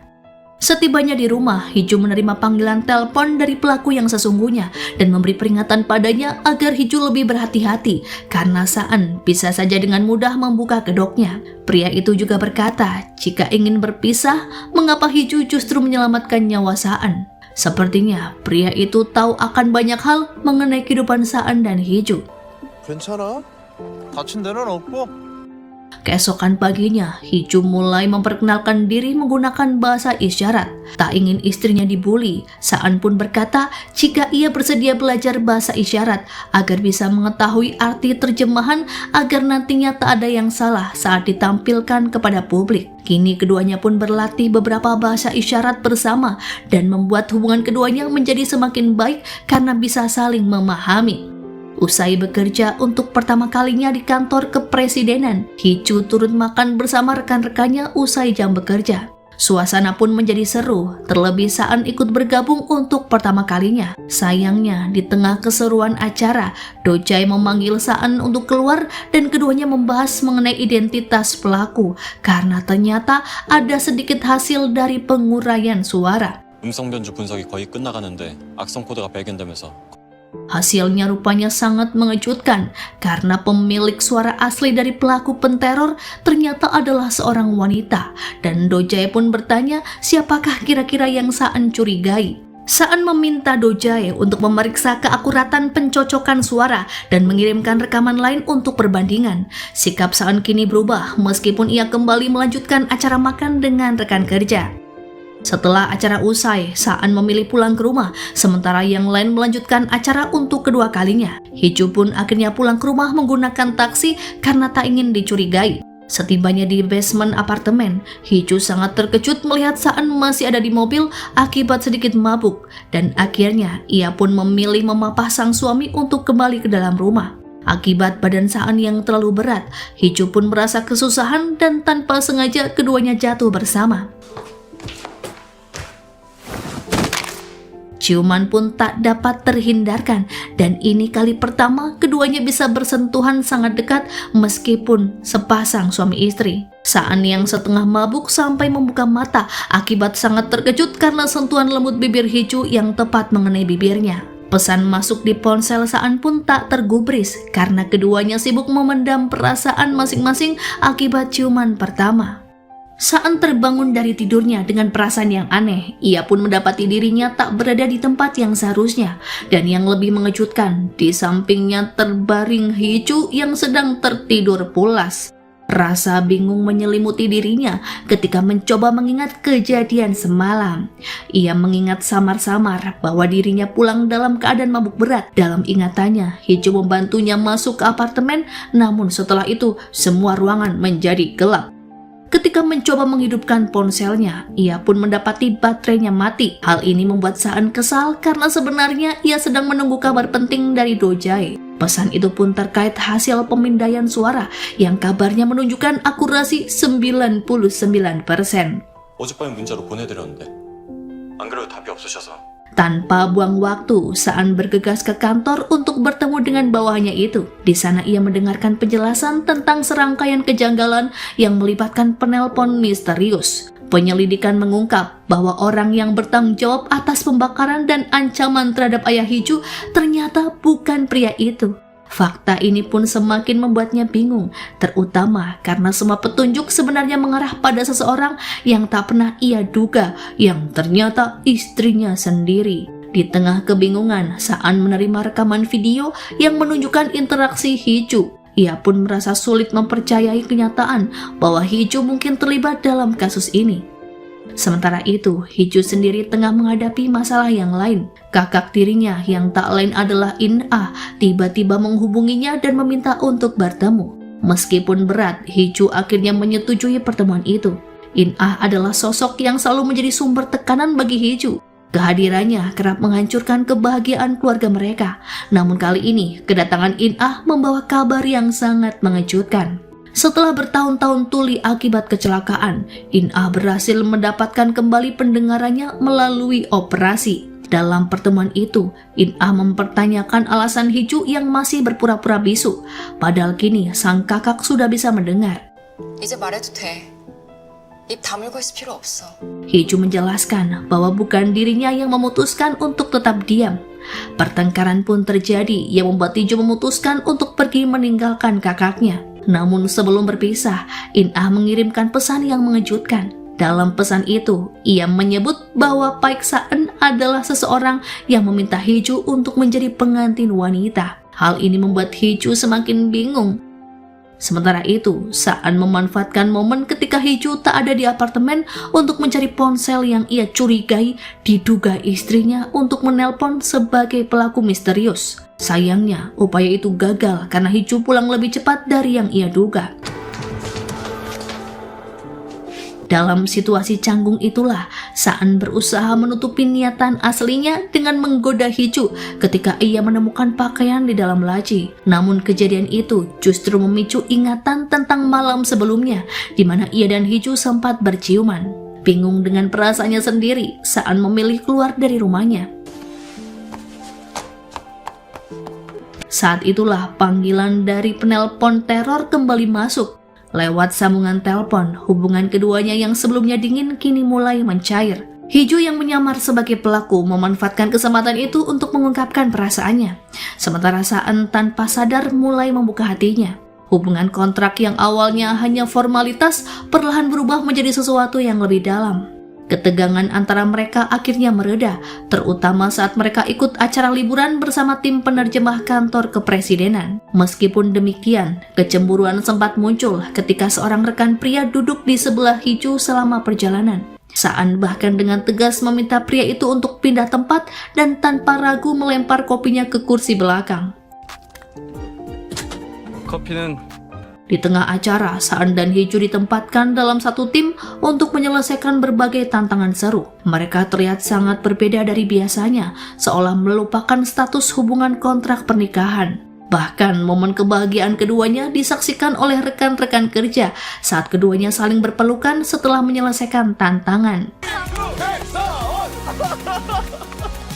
Saan yang dikenal sebagai pribadi dingin bahkan membuat tanda cinta saat berfoto bersama Hee-ju. Namun kebahagiaan itu tidak berlangsung lama. Saat mendaki gunung bersama tim, insiden tak terduga pun tiba-tiba terjadi. Ketika mencapai puncak, kerumunan penggemar Saan membuat kekacauan. Hiju yang berada di barisan paling belakang terjatuh ke dalam jurang. Saan pun langsung panik dan mengerahkan tim SAR untuk mencarinya. Malam yang gelap menjadi kendala dan memperlambat pencarian. Saan bahkan turun tangan sendiri untuk menyisir area itu. Ia menemukan ranting patah yang menandakan jika kemungkinan Hiju terjatuh di sana. Dalam situasi yang sangat genting, satu-satunya cara untuk meminta bantuan adalah menggunakan telepon yang biasa Hiju gunakan sebagai penelpon palsu. Dengan berat hati, ia pun menghubungi nomor tersebut. Hiju yang sadar akan bahaya berpura-pura mengatakan bahwa ia menghubungi sesuai perintah jika dirinya mati. Pernyataan itu digunakan untuk menutupi identitasnya sebagai pelaku peneror. Saan yang cemas pun nyaris putus asa, terutama karena suhu semakin menurun. Di tengah kebingungan, tiba-tiba kembang api terlihat di langit yang merupakan isyarat dari Hiju. Dalam kondisi nyaris kehilangan kesadaran saat mengalami kecelakaan, Hiju mendengar suara baik Saan memanggil namanya dengan penuh keputusasaan. Ingatannya tentang Saan yang selalu peduli dan melindunginya pun muncul kembali. Saan adalah satu-satunya orang yang membuat Hiju merasa terlihat meskipun Hiju tak pernah meminta bantuannya. Hiju pun dilarikan ke rumah sakit. Ketika sadarkan diri, seseorang yang sangat mengkhawatirkannya adalah Saan. Untuk pertama kalinya, Hiju bahkan berbicara dan memohon agar suaminya tetap berada di sisinya alih-alih memanggil dokter. Saan sangat terkejut karena pada akhirnya ia bisa mendengar suara Hiju dan berusaha menenangkannya. Hiju melakukan serangkaian pemeriksaan sembari bertanya-tanya dalam hati apakah Saan sudah mengetahui jika 406 adalah dirinya. Mengingat saat Saan berbicara dengan 406, namun seolah Saan berbicara kepada Hiju. Hiju pun semakin cemas akankah Saan mengajukan perceraian dan menuntut uang 2 miliar karena Hiju telah melanggar kontrak pernikahan. Pikiran Hiju pun kini tertuju pada keberadaan ponsel hitam. Sementara itu, Tuan Il-yong memanfaatkan kecelakaan Hiju untuk agenda politiknya. Ia bahkan mengadakan konferensi pers dan mengeklaim bahwa insiden itu adalah tindakan teror politik yang mentargetkan putranya. Rupanya, Tuan Il-yong belum mengetahui jika korbannya adalah menantunya sendiri. Hal itu pun menyebabkan tim Saan menerima banyak tekanan dari media untuk meminta keterangan di kantor kepresidenan. 사실 확인 중입니다. 추측성 보도는 자제해 주십시오. Di hari itu juga, Saan menemui ayahnya dan menyayangkan sikapnya yang sangat keterlaluan dengan menyebarkan berita bohong. Pada akhirnya, Tuan Il-yong tak menyangka jika korban yang terjatuh dari tebing adalah Hiju. Keduanya pun sempat berdebat dan membahas tentang Saan yang tak tahu diri karena jabatan dan kekuasaan yang ia miliki saat ini adalah berkat ayahnya. Semenjak diadopsi oleh keluarga baik, Saan memang sangat tertekan dan harus menuruti perintah keluarga mereka. Ia bahkan dipaksa untuk mencapai ekspektasi sesuai dengan cita-cita ketua baik. 내 아들은 그런 음식 안 먹는단다. Di lain sisi, kasus jatuhnya Hiju sedang diselidiki oleh Dojai. Namun sayang, tak ada kamera CCTV di sekitar lokasi dan ia pun sedang mengumpulkan para saksi. Saan menduga jika pelaku sebenarnya mentargetkan dirinya, namun karena gagal, kini pelaku mengincar Hiju. Saan mengira jika pelaku sengaja melacak keberadaan Hiju dan memberitahu lokasi Hiju terjatuh. Ketika kembali ke kamar, sikap Saan mendadak berubah sangat perhatian dan bahkan ia menggendong Hiju sampai ke atas ranjang. Di luar dugaan, Saan justru berkata jika ia sangat menyukai Hiju. Mendengar analisa Saan, Hiju pun sangat lega karena sepertinya suaminya belum mengetahui jika dirinya adalah 406. Sebelum pergi, Saan memberi Hongju ponsel baru dan berjanji akan membicarakan semua ini setelah Hiju pulih. Saat memeriksa tas, Hiju pun tampak tenang ketika HP hitam masih ada di genggamannya. Di sebuah salon, Ibu Hiju bertemu dengan In-ah yang membuatnya sangat terkejut. In-ah rupanya datang dari luar negeri dengan membawa sejumlah informasi yang pernah dikirimkan ke meja kerjanya, tepat sehari sebelum pernikahannya. Ia bahkan menuding jika Ibu Hijulah yang sengaja mengirimkan berkas tersebut agar pernikahan dibatalkan. Namun isi dari dokumen itu belum diketahui dan Ibu Hiju bukanlah pengirimnya. karena ia bahkan tak mengerti maksud ucapan Inah. Di lain tempat, Sang-woo dan Yuri sedang membahas kasus anak hilang di panti asuhan tempat Sang-woo dibesarkan. Di antara korban, rupanya ada anak kembar yang salah satunya dikabarkan masih hidup, namun keberadaannya belum diketahui. Mereka pun mencoba mengumpulkan informasi sembari merencanakan program TV terbaru. Sang-woo mengutarakan niatannya untuk mencari seorang narasumber bernama Jin-suk. Selama di rumah sakit, Saan merawat Hee-ju dengan telaten. Ia membawakan pakaian, perlengkapan, dan buah-buahan untuknya. Saan menunjukkan perhatian yang mendalam dengan membantu Hee-ju membersihkan diri termasuk mencuci rambutnya. Hee-ju mempertanyakan mengapa Saan kini begitu baik padanya. Saan pun menyebut jika inilah yang biasanya dilakukan seorang suami untuk istrinya. 보통 남편들이 아내한테 이 정도는 해주지 않나? Ketika sedang mencari udara segar, Saan menunggu telepon dari 406 alias Hee-ju. Di tengah obrolan mereka, Saan mengajukan sebuah penawaran. Ia meminta bekerja sama untuk menangkap pelaku di balik insiden yang melukai Hee-ju, karena Saan yakin 406 bukanlah bagian dari pelaku yang selama ini menterornya. Hee-ju mengaku bahwa ia tak pernah melihat wajah pelakunya, namun yang ia tahu, pria tersebut memiliki ciri khas yang sangat mencolok. Keesokan harinya, stasiun TV menyiarkan konferensi pers dari Saan. Dalam pernyataan resminya, Saan menginformasikan bahwa insiden tersebut adalah percobaan pembunuhan yang ditargetkan padanya. Ia pun meminta kepolisian untuk memberikan perlindungan dan segera menyelidiki kasus tersebut. Sketsa wajah pelaku bahkan dirilis ke publik, yang mana pelaku diketahui pria berusia 30 tahunan dengan berbagai ciri fisik lainnya. 한쪽 눈이 밝은 갈색으로 보이는 오드 아이가 특징입니다. Sementara itu, pelaku yang dulu menculik Hee-ju terlihat marah besar pada seseorang yang disebut Master. Pria tersebut adalah pelaku yang mendorong Hee-ju terjatuh dari tebing. Namun kini, wajah pelaku penculikan justru yang tersebar di media. Siapakah si Master ini masih menjadi misteri. Master saat itu berkata jika ada perubahan target karena Hee-ju tampaknya tak ingin bercerai, sehingga ia ingin Saan juga merasakan seseorang yang sangat berharga dalam kehidupannya. Hee-ju mengalami teror sebab ia dihubungi pelaku penculikan yang meminta agar HP-nya segera dikembalikan. Hee-ju saat itu panik ketika ada seseorang yang akan masuk ke dalam kamar rawatnya. Ketakutannya pun sirna saat mengetahui jika yang datang adalah suaminya. Melihat Hee-ju dalam keadaan syok, Saan pun memanggil perawat. Saan menerima telepon dari temannya yang merupakan detektif yang mengingatkan agar Saan lebih berhati-hati karena kini situasi sangat berbahaya. Namun Saan tetap dengan keyakinannya untuk tidak bersembunyi dan menghadapi ancaman ini. Saat terlelap, Hee-ju diam-diam mengambil ponsel hitam.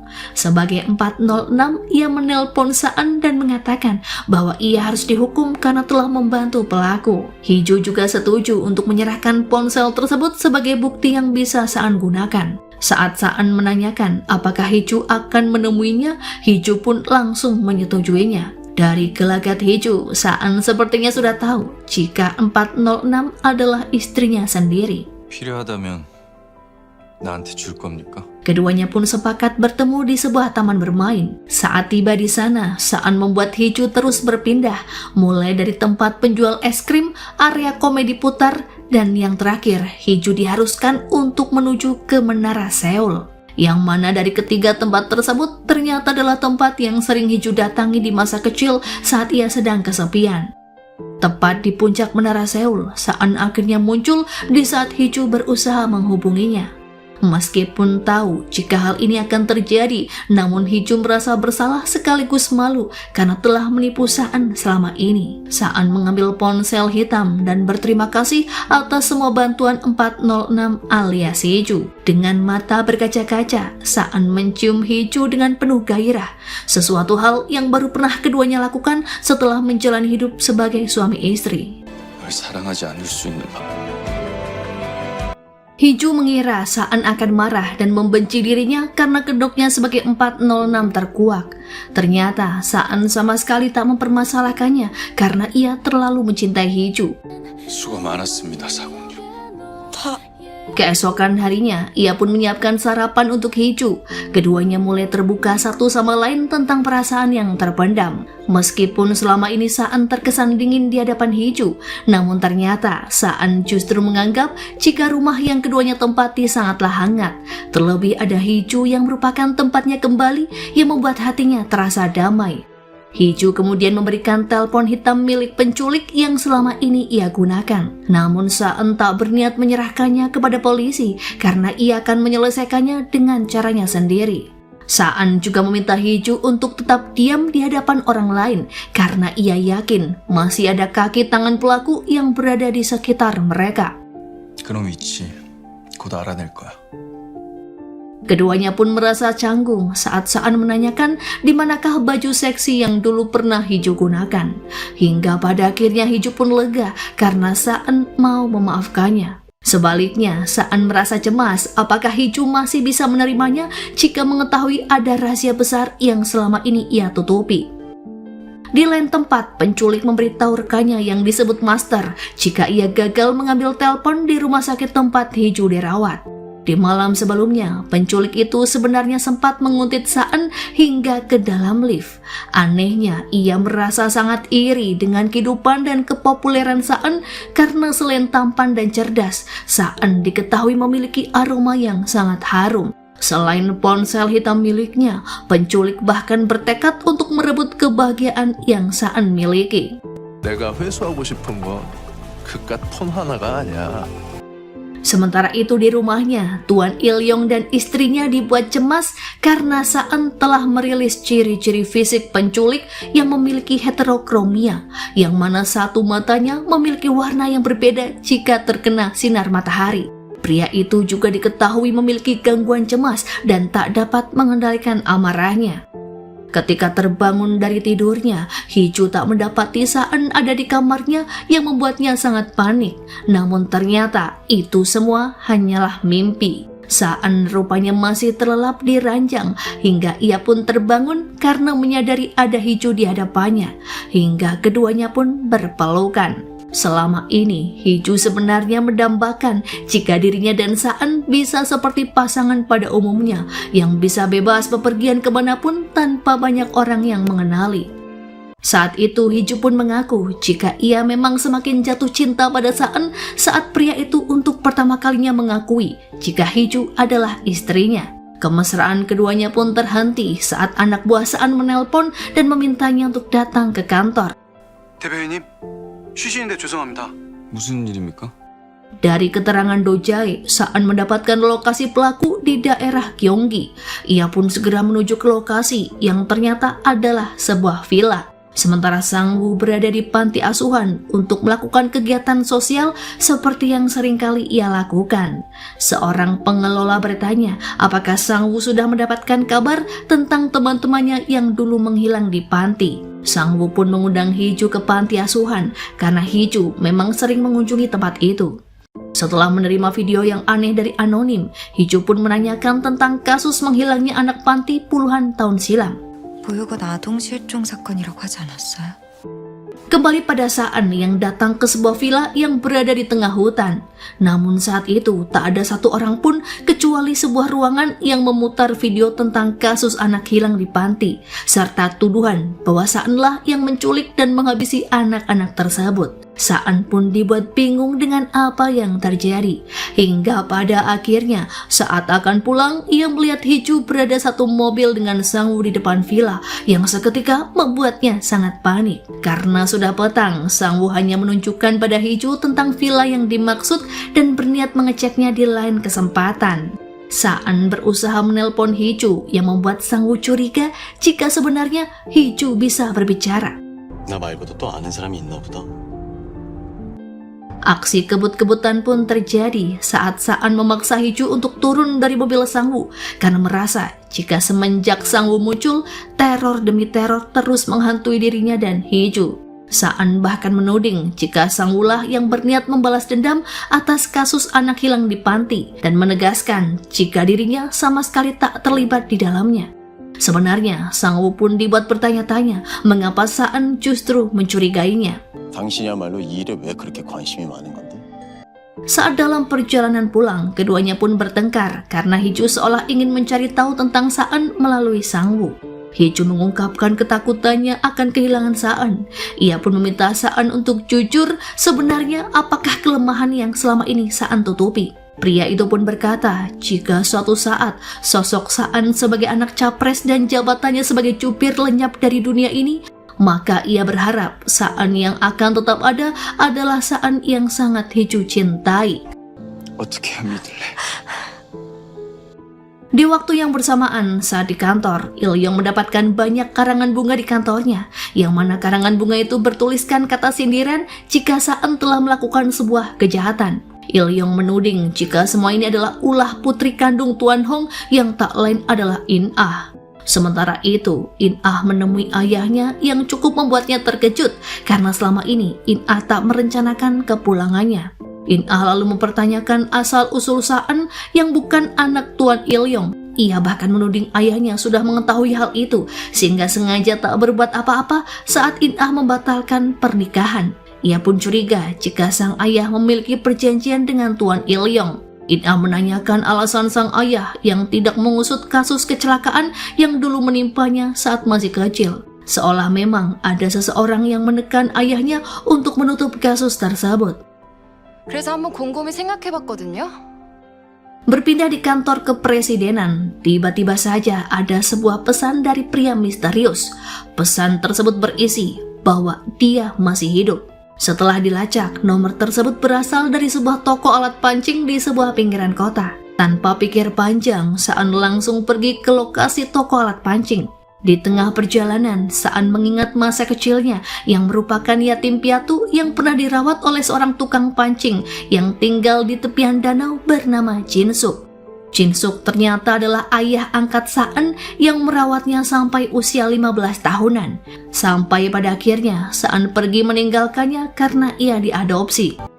Dan yang lebih mengejutkan, puluhan tahun silam Saan pernah melihat sebuah kejadian yang mana ia melihat anak kecil yang akan dihabisi oleh seorang pria tua berjas. Saan pun yakin jika seseorang yang dimaksud Jin-suk masih hidup adalah si bocah yang dulu akan ditenggelamkan.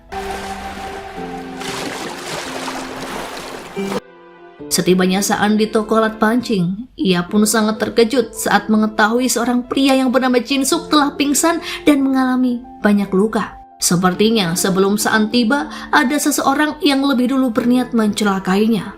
Tak lama kemudian muncul konsleting listrik hingga memicu kebakaran.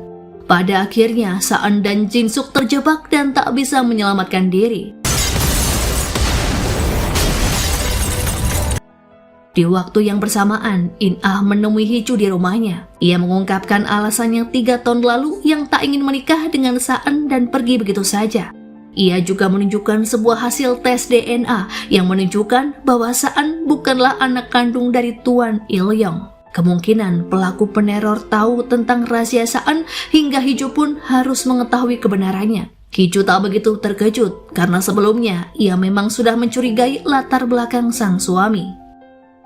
In-ah ingin memastikan Hiju tak tertipu oleh keluarga Saan yang penuh sandiwara, sehingga ia akan membantu untuk mencari tahu rahasia mereka. Untuk pertama kalinya, Hiju berbicara di depan In-ah setelah lama ia membisu bahwa apa yang terjadi saat ini adalah pilihannya sendiri dan ia tak merasa terpaksa untuk menjalani pernikahan. Terlebih bukan hanya Saan, Hiju sendiri pun pernah menipunya termasuk fakta jika ia tidaklah bisu. Dari pembicaraan tersebut, keduanya pun belum mengetahui siapakah pelaku yang mengirim hasil tes DNA kepada In-ah. 네 목소리가 이렇구나. Setelah pertemuannya dengan In-ah, Hiju mencoba menelpon Saan untuk memastikan keadaannya. Namun HP-nya tak aktif, padahal sebelumnya Saan berjanji akan pulang lebih cepat. Menjelang tengah malam, Hiju memutuskan untuk melaporkan hilangnya Saan kepada polisi. Sayangnya, polisi tak dapat menganggapnya sebagai orang hilang karena belum 24 jam. Terlebih Hiju juga tak berani menyebut nama suaminya karena takut menimbulkan banyak kontroversi. 연락 안 된 지는 얼마나 되셨나요? Tak ada pilihan lain, Hiju mendatangi orang tua Saan untuk meminta bantuan. Ketika berbicara dengan keluarga Paik, sang ayah sangat terkejut mendengar Hiju yang bisa berbicara. Sementara ibu Saan tampak tenang, seolah-olah ia sudah mengetahui sejak lama. Dari pertemuan itu, Hiju dengan tegas mengatakan bahwa ia sudah mengetahui sebuah rahasia jika Saan bukanlah anak kandung mereka. Saan hanyalah diadopsi untuk menggantikan putra mereka yang sedari dulu tak diketahui keberadaannya. Tak ingin membuat keributan, ibu Saan menyuruh asistennya untuk mencari keberadaan Saan. Saat hendak pulang, seorang sekretaris menghampiri Hiju dan membahas tentang anak kandung keluarga Paik yang memiliki kondisi mata yang berbeda warna. Mendengar hal itu pun Hiju teringat tentang pria yang pernah menculiknya. Ia menduga bahwa orang yang kini sedang menculik Saan kemungkinan adalah orang yang sama, yang tak lain Saan asli yang mereka kira sudah meninggal. Tak lama kemudian Hiju mendapatkan kabar dari Sangwoo bahwa Saan telah ditemukan dan berada di rumah sakit.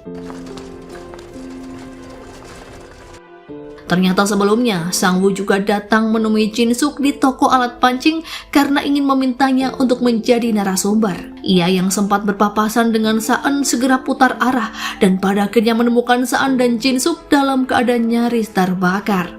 Berkat bantuan Sangwoo, keduanya pun berhasil keluar dengan selamat. Namun Saan mengalami pingsan karena terlalu banyak menghirup asap. Sangwoo tak tahu mengapa Saan ada di tempat tersebut dan ia pun menyerahkan HP Saan kepada Hiju. 그리고 너하고 백상아 씨가 어떤 관계인지. Di bawah alam sadarnya, kenangan masa lalu Saan mulai muncul, terutama saat ketua Paik menghabisi cucunya sendiri alias Saan asli karena diketahui memiliki gen psikopat. Semenjak kecil, Saan asli kerap menyiksa hewan dan bahkan tak segan menghabisi anak-anak panti dengan dalih mengajaknya bermain di villa yang letaknya tak jauh dari panti asuhan. Saan kecil yang menyaksikan kejadian itu pun dipaksa oleh ketua Paik untuk menggantikan posisi Saan asli sebagai cucunya. Tak lama kemudian, Saan sadar yang membuat Hiju merasa sangat lega. 괜찮아요? 정신이 좀 들어요? Sementara itu, pelaku penculikan Hiju mendapatkan telepon dari master dan melarangnya untuk berulah tanpa sepengetahuannya, termasuk membakar toko alat pancing. Sementara itu, orang tua Saan belum menjenguk putranya ke rumah sakit karena mereka memiliki adegan syuting memasak untuk menunjukkan citra keluarga capres yang sangat harmonis. Tuan Il-yong bahkan sengaja menghadirkan Hong In-ah dan memperkenalkannya pada wartawan untuk pertama kalinya. Namun sebenarnya, In-ah justru ingin mempermalukan Il-yong dan berniat membuka identitas Saan yang sebenarnya. In-ah bahkan menyudutkan Il-yong dengan pertanyaan seputar masa kecil Saan yang tidak diketahui oleh Tuan Il-yong. Pertanyaan In-ah membuat suasana menjadi tegang dan ayah Saan pun segera menghentikannya dengan alasan bahwa In-ah sedang mabuk hingga berbicara sembarangan. 낮술이 위험하다. 술도 약한 애가 대낮부터 무슨? Di tengah situasi yang pelik, sebuah paket misterius tiba-tiba datang yang diketahui berisi bangkai ikan. Melihat isi paket tersebut, ibu Saan langsung keluar ke depan rumahnya untuk mencari putra kandungnya karena meyakini jika paket tersebut dikirim oleh Saan yang asli. Ia pun nekat mengemudikan mobil dengan kecepatan tinggi untuk mengejar Saan asli dan mengantarkannya pada rumah tua di tempat terpencil. Kembali pada Saan dan Sangwoo di rumah sakit. Ia pun mendapat kabar bahwa Jin-suk belum sadarkan diri dan masih ada di ruangan ICU. Ia memohon pada Sangwoo untuk membantu penyembuhan Jin-suk karena Jin-suk adalah orang yang telah membesarkannya. Saan juga berkata jika Jin-suk bisa memberikan sebuah petunjuk tentang kasus hilangnya anak panti serta teror yang selama ini ia alami. Sangwoo masih penasaran apakah hubungan antara Saan dengan Hiju, namun Saan hanya menyebut jika Hiju adalah satu-satunya wali baginya. 내 유일한 가족이고 보호자입니다.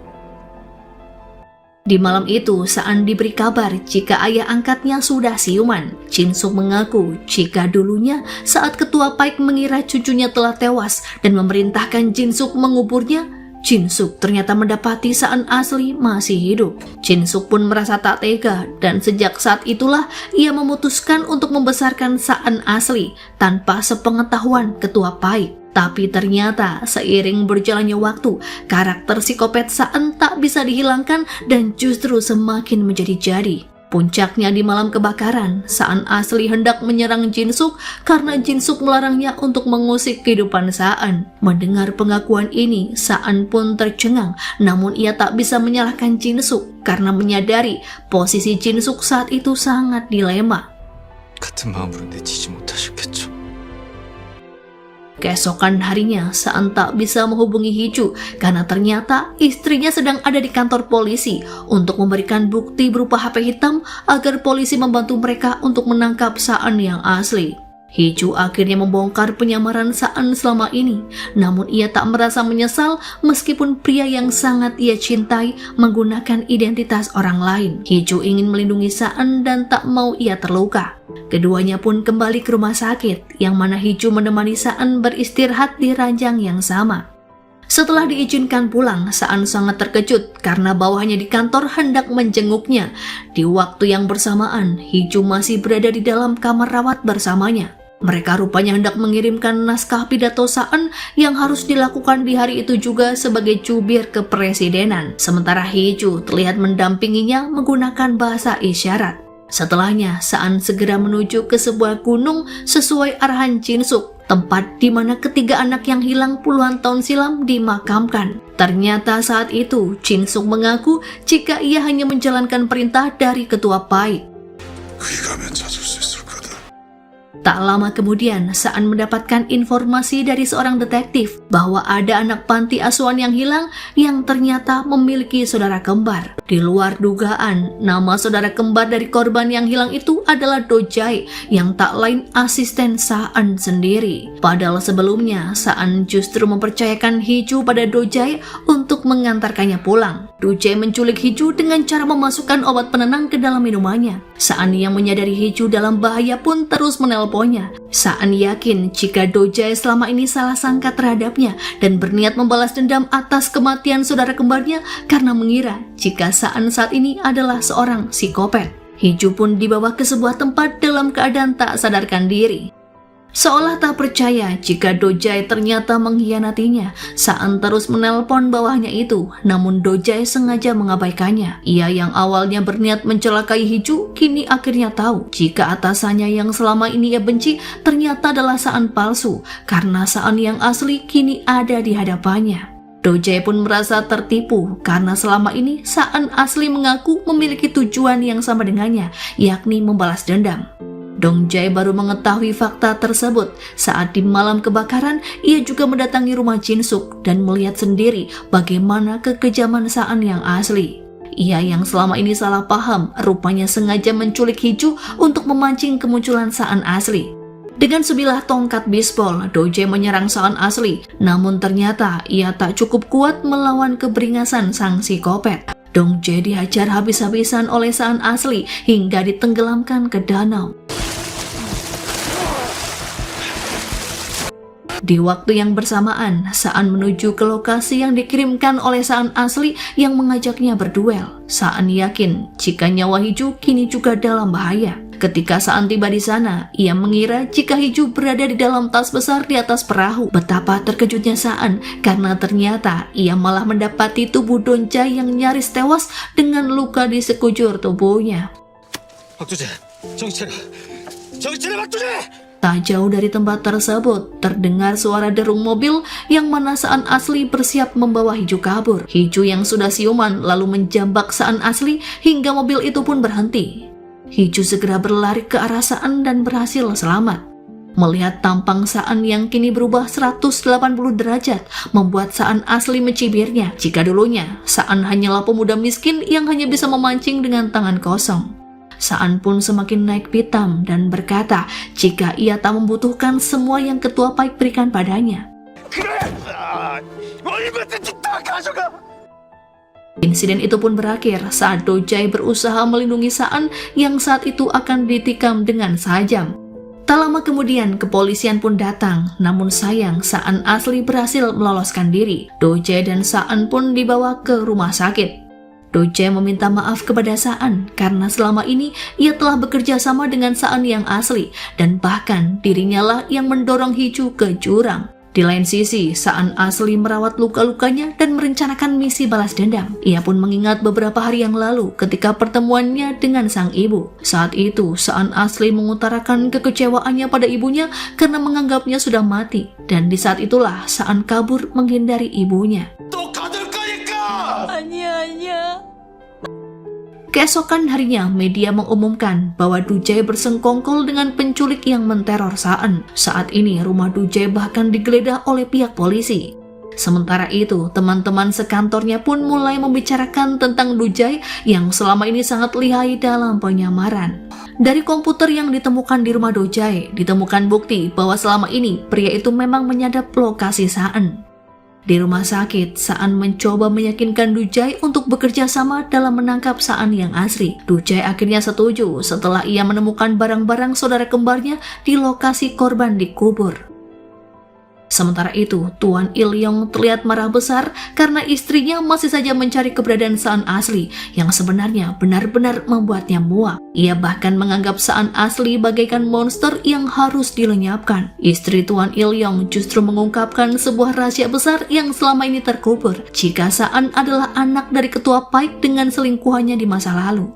Hal itu pun membuat Ilyong merasa frustasi karena mendiang ayahnya tega membohonginya dan bahkan menghadirkan saingan Ilyong di masa depan.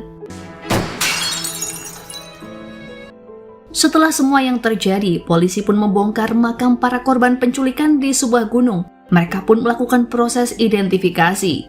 Yuri dan Sangwoo akhirnya mengungkap siapakah sebenarnya Saan dan kesulitan yang selama ini ia hadapi. Tak lama kemudian, Sangwoo mendapat telepon dari Saan jika polisi telah menemukan makam teman-teman Sangwoo semasa kecil. Sangwoo melihat beberapa barang-barang korban yang juga terkubur bersama jasad, termasuk sebuah kelereng dan cincin. Misteri dan rasa penasaran Sangwoo selama ini akan nasib teman-temannya pun kini terjawab sudah. Yuri berusaha menghibur Sangwoo dan sejak saat itulah Sangwoo mulai menyukai Yuri yang selalu ada untuknya. Sementara itu, In-ah dan Hee-ju terus berspekulasi setelah mengetahui jika Saan yang asli ternyata masih hidup dan tujuannya melakukan teror. Sepertinya ada alasan yang kuat mengapa kecelakaan menimpa keluarga mereka, yang diduga karena adik kandung Hee-ju yang bernama Yujin sempat melihat wajah Saan asli, mengingat kedua keluarga tersebut memang bertetangga. In-ah saat itu melihat ada bocah laki-laki aneh yang membuat Yujin menangis, dan sejak saat itulah bocah tersebut menghilang dan digantikan dengan seseorang yang lebih tinggi, yang tak lain adalah Saan yang saat ini sebagai suami Hee-ju. Tak lama kemudian, ibu Hee-ju datang hingga keduanya pun berdebat karena Hee-ju sudah muak selalu dipaksa oleh ibunya agar selalu patuh terhadapnya. 나처럼 무조건적인 복종을 하는 것도 아니라는 거. Di malam itu juga, Hee-ju memberikan kejutan bagi Saan. Ia berdandan sangat cantik dan mengingatkan Saan tentang perjanjian pernikahan.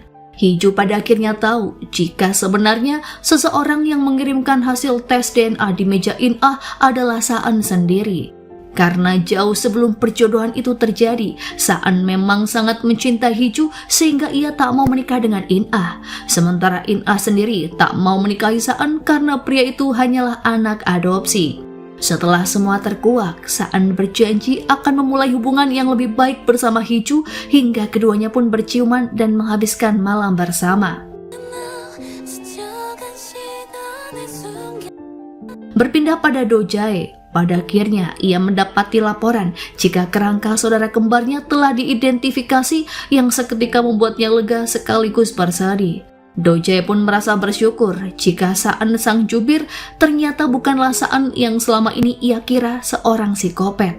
Di lain sisi, In-ah dan Hee-ju mendesak ketua Hong untuk mengakui apakah kesepakatan ayahnya dalam tragedi kecelakaan yang menyebabkan Yujin tewas dan ketulian yang menimpa In-ah. Ketua Hong seketika teringat perjanjiannya dengan Ketua Paik, yang mana saat itu Ketua Hong sebenarnya tahu penyebab kecelakaan itu terjadi. Namun ia sengaja menutupi fakta kecelakaan karena dirinya sudah berinvestasi pada kampanye Tuan Ilyong dan tak mau rencana mereka hancur begitu saja.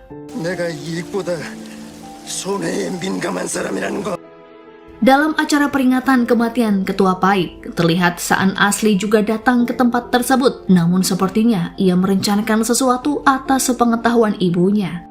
Terjadi keributan yang mana Ketua Hong membawa senjata dan menyinggung soal keberadaan anak Ilyong alias si psikopat. Tuan Ilyong yang memang tak tahu apa-apa hanya bisa terdiam terpaku. Tak lama kemudian terdengar suara ledakan yang membuat mereka berhamburan keluar untuk menyelamatkan diri. Di waktu yang bersamaan, dengan bantuan Dojai, polisi pun berhasil melacak keberadaan Saan yang asli. Saan pun sangat terkejut karena lokasi Saan asli ternyata berada di upacara peringatan kematian Tuan PAIK. Kebakaran pun tak dapat terhindarkan. Psikopat rupanya memanfaatkan kondisi tersebut dengan membawa kabur Heju. Saan asli merasa jika Saan sudah merenggut semua kebahagiaannya, sehingga kini ia pun akan merenggut kebahagiaan Saan dengan menghabisi Heju. Heju yang dalam keadaan terintimidasi justru berniat mengorbankan dirinya demi melindungi Saan. Ia nekat memacu pedal gas dengan menabrakkan mobil agar Saan terbebas dari bayang-bayang ancaman sang psikopat. Dan sejak saat itulah Heju menghilang. 수색대원들은 보트를 타고 주변을 수색합니다. Di atas podium, Saan mengumumkan bahwa ia bukanlah anak kandung Tuan Ilyong dan bukan cucu Ketua PAIK. Namun satu hal yang berisi kebenaran, yakni dirinya adalah seorang suami dari seorang wanita bernama Heju yang saat ini diculik oleh pelaku yang berniat menghabisinya. Saan meminta kerjasama dari berbagai pihak untuk mencari keberadaan Heju.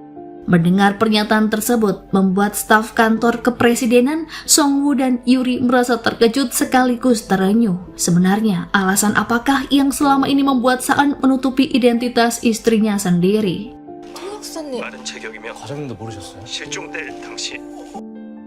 Saan menelusuri sepanjang jalanan yang langsung berbatasan dengan sebuah sungai, namun pencariannya tidak membuahkan hasil. Sampai pada akhirnya, detektif menemukan jejak kecelakaan mobil yang ditumpangi oleh Heju dan Saan asli. Namun mereka tak dapat menemukan mobil tersebut yang diduga tenggelam ke dasar sungai. Di TKP hanya ada sepatu Heju yang membuat mereka akhirnya memutuskan untuk menerjunkan tim SAR. Tak lama kemudian, orang tua Heju dan In-ah menyusul ke lokasi. Ibu Heju merasa sangat syok saat mengetahui Heju yang belum ditemukan. Tuan Ilyong dan Ketua Hong pun justru saling menyalahkan karena keduanya yakin jika dalang di balik semua ini adalah Saan asli yang seharusnya dilenyapkan sedari dulu. Pertengkaran itu pun ditengahi oleh In-ah. 그만들 하세요. 이제 와서 누가 누굴 탓해요. Saan yang melihat ibunya tak datang ke lokasi semakin mencurigainya jika sang ibu yang bernama Kyung Jin sedang merencanakan sesuatu. Saan lalu memeriksa rekaman CCTV pada acara peringatan kematian sang kakek, namun Kyung Jin tak kelihatan batang hidungnya. Saan lalu pulang ke rumah orang tuanya dan memeriksa kamera dashboard mobil ibunya, namun rekaman itu telah dihapus. Saan meminta bantuan seorang detektif untuk mengeluarkan surat perintah pemeriksaan terhadap sang ibu. 심규진 교수 차량 블랙박스 영상이 지워져 있습니다. Melihat Kyung Jin datang menghampirinya, Saan langsung menanyakan di manakah keberadaan Heju.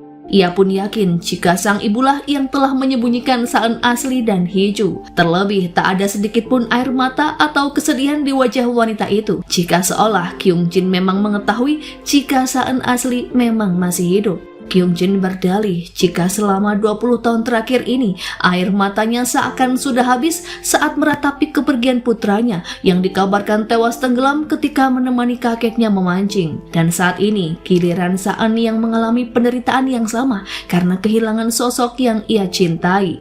Kyung Jin pun mengungkapkan sebuah fakta jika Saan adalah anak kandung dari Ketua PAIK. 네가 겪을 차례 아니니? Kabar menghilangnya Heju pun akhirnya disiarkan di stasiun TV. Yuri membacakan berita dan tak kuasa menahan kesedihan karena Heju sudah dianggapnya sebagai sahabat sendiri. Sebenarnya, ia merasa terkejut saat mengetahui jika Heju dan Saan adalah sepasang suami istri. Sang Wo pun menyebut jika sebenarnya Heju bisa berbicara dan hal itu pun sudah ia ketahui semenjak lama saat keduanya mengunjungi panti. Tak lama kemudian, Yuri dan Sang Woo tiba di TKP dan mereka pun bergabung bersama relawan dari kantor kepresidenan untuk membantu tim SAR mencari Hee-ju. Saan sendiri sedang berada di markas pencarian, yang mana detektif menemukan barang-barang pribadi Hee-ju yang hanyut di dekat sungai, yang salah satunya adalah HP. Mereka pun berasumsi jika Hee-ju sudah terseret sangat jauh sehingga peluang hidupnya sangatlah kecil. 여기까지 수색했는데도 발견되지 않았다면 Dalam situasi yang semakin genting, Tuan Il-yong akhirnya memberikan konferensi pers jika ucapan Saan kemarin benar adanya. Puluhan tahun silam, ia memang memiliki putra, namun sebuah tragedi di sebuah danau merenggut nyawanya. Keluarga saat itu memutuskan untuk tidak melaporkan kematiannya, karena sampai saat ini pun mereka tak bisa menemukan jasad sang putra. Saat itulah mereka pun mengadopsi Saan yang kini menjadi jubir dan sangat menyayangi Saan sepenuh hati. Tuan Il-yong pun tak menyangka jika sebenarnya putra kandungnya masih hidup dan terus menteror Saan. Di luar dugaan, ada seorang wartawan yang mengungkapkan bahwa putra kandung Il-yong adalah seorang psikopat yang kerap menculik anak-anak di panti asuhan. Hal itu pun dibuktikan dengan pengakuan Do-jae dari balik jeruji besi. Do-jae teringat beberapa tahun silam saat Saan asli mendatangi kantor jubir, sehingga ia pun memanfaatkan amarah Saan asli untuk mengajaknya bekerja sama karena mengira jika keduanya memiliki kepentingan yang sama. Terlebih Saan asli saat itu juga mendatangi villa tempat para korban dihabisi. 형과 신이 레오건 아이들의 실종된 장소를 알고 있었습니다.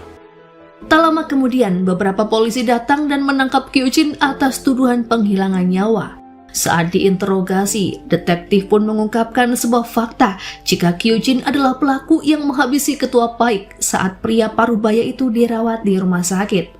Di rumahnya, ibu Hee-ju sangat terpukul dengan nasib yang menimpa putrinya. Ia menyesal karena telah memaksa putrinya untuk menikahi pria kaya raya dan berharap Hee-ju bisa hidup bahagia. Namun sebaliknya, ternyata Hee-ju justru menderita.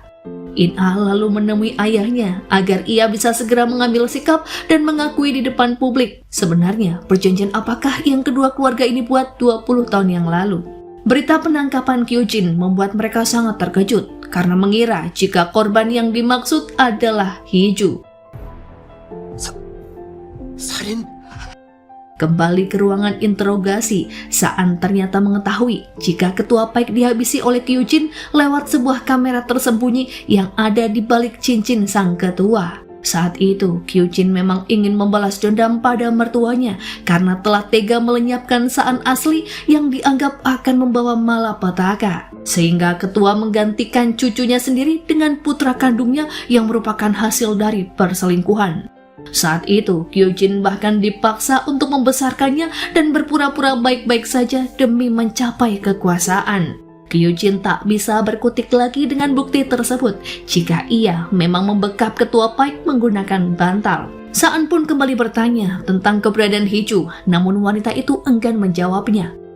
Ternyata sebelum mobil putih tersebut terjatuh ke sungai, Kyujin memerintahkan sekretarisnya yang bernama Tuan Min untuk membawa keduanya ke tempat rahasia. Saan yakin jika Hee-ju sengaja dibiarkan hidup karena Kyujin memang ingin menyiksa batin Saan selama bertahun-tahun untuk menemukan keberadaan Hee-ju yang tak akan kunjung membuahkan hasil.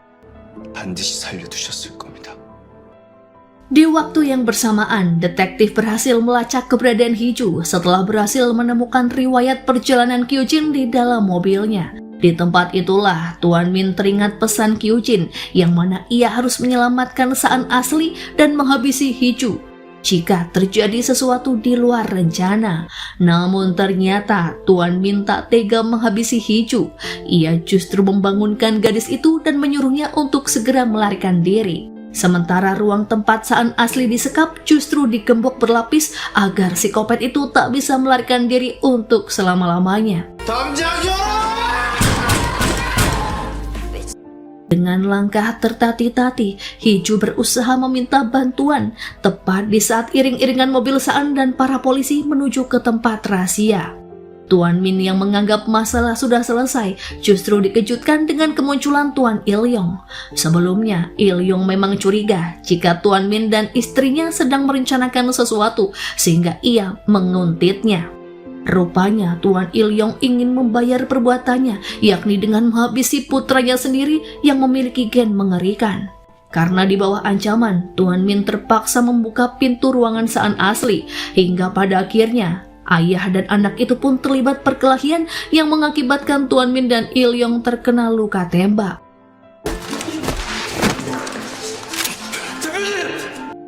Saan asli segera mengejar Hiju yang masih berada di sekitaran tempat rahasia. Hiju yang merasa sangat ketakutan akhirnya bisa bernapas lega saat ia melihat ada mobil yang melintas tak jauh dari tempatnya berada. Ternyata mobil tersebut dikendarai oleh Saan sang pujaan hati. Keduanya pun berpelukan sembari terisak. Karena melihat keadaan Hiju yang sangat menyedihkan, Saan pun menggendongnya ke mobil dan Hiju berkata jika psikopat masih berkeliaran dengan membawa senjata. Polisi pun segera menyisir area tersebut, sementara Hiju dan Saan segera menuju ke rumah sakit terdekat. Namun belum jauh Saan menyetir, keduanya dikejutkan dengan kemunculan Saan asli yang meminta Saan untuk keluar dari mobil dan berbicara dengannya. Meskipun sempat ragu, namun Saan berniat mengakhiri semua ini dengan membujuk Saan asli untuk segera menyerahkan diri. 우리 둘이 얘기하자. 더 이상 홍희준은 끌어들이지 마. Di tengah pembicaraan keduanya, entah apa yang Saan asli bisikan ke telinga Saan yang seketika membuat pria itu terpukul dan merasa putus asa dengan semua yang terjadi. Sementara Saan asli justru merasa puas karena telah membeberkan sebuah rahasia. Tak lama kemudian polisi pun datang dan mengepung Saan asli. Namun karena tak mengindahkan petugas dan menembak Saan, sang psikopat pun terpaksa dilumpuhkan dan tewas seketika. Hiju meratapi keadaan suaminya yang terkapar bersimbah darah. Seketika ia pun menyesal karena mengapa tak sedari dulu ia mengakui jika sangat menyukai Saan saat keduanya masih remaja. Andai saja Hiju mengakuinya sejak awal, mungkin ia dan Saan bisa merasakan kebahagiaan selama 3 tahun bersama, sebagaimana pasangan suami istri lain yang memadu kasih. Namun kini semua terasa pupus sudah karena waktu tak akan mungkin terulang dan yang tersisa hanyalah kehampaan, kesendirian dalam penyesalan yang tak berujung. Setelah insiden tersebut, Hiju dan Saan sama-sama dibawa ke rumah sakit. Hingga 4 hari berlalu, Hiju pun sadarkan diri. Namun sayang, ia mendapati jika Saan menghilang bak di telan bumi dan keluarganya pun tak ada yang mengetahuinya.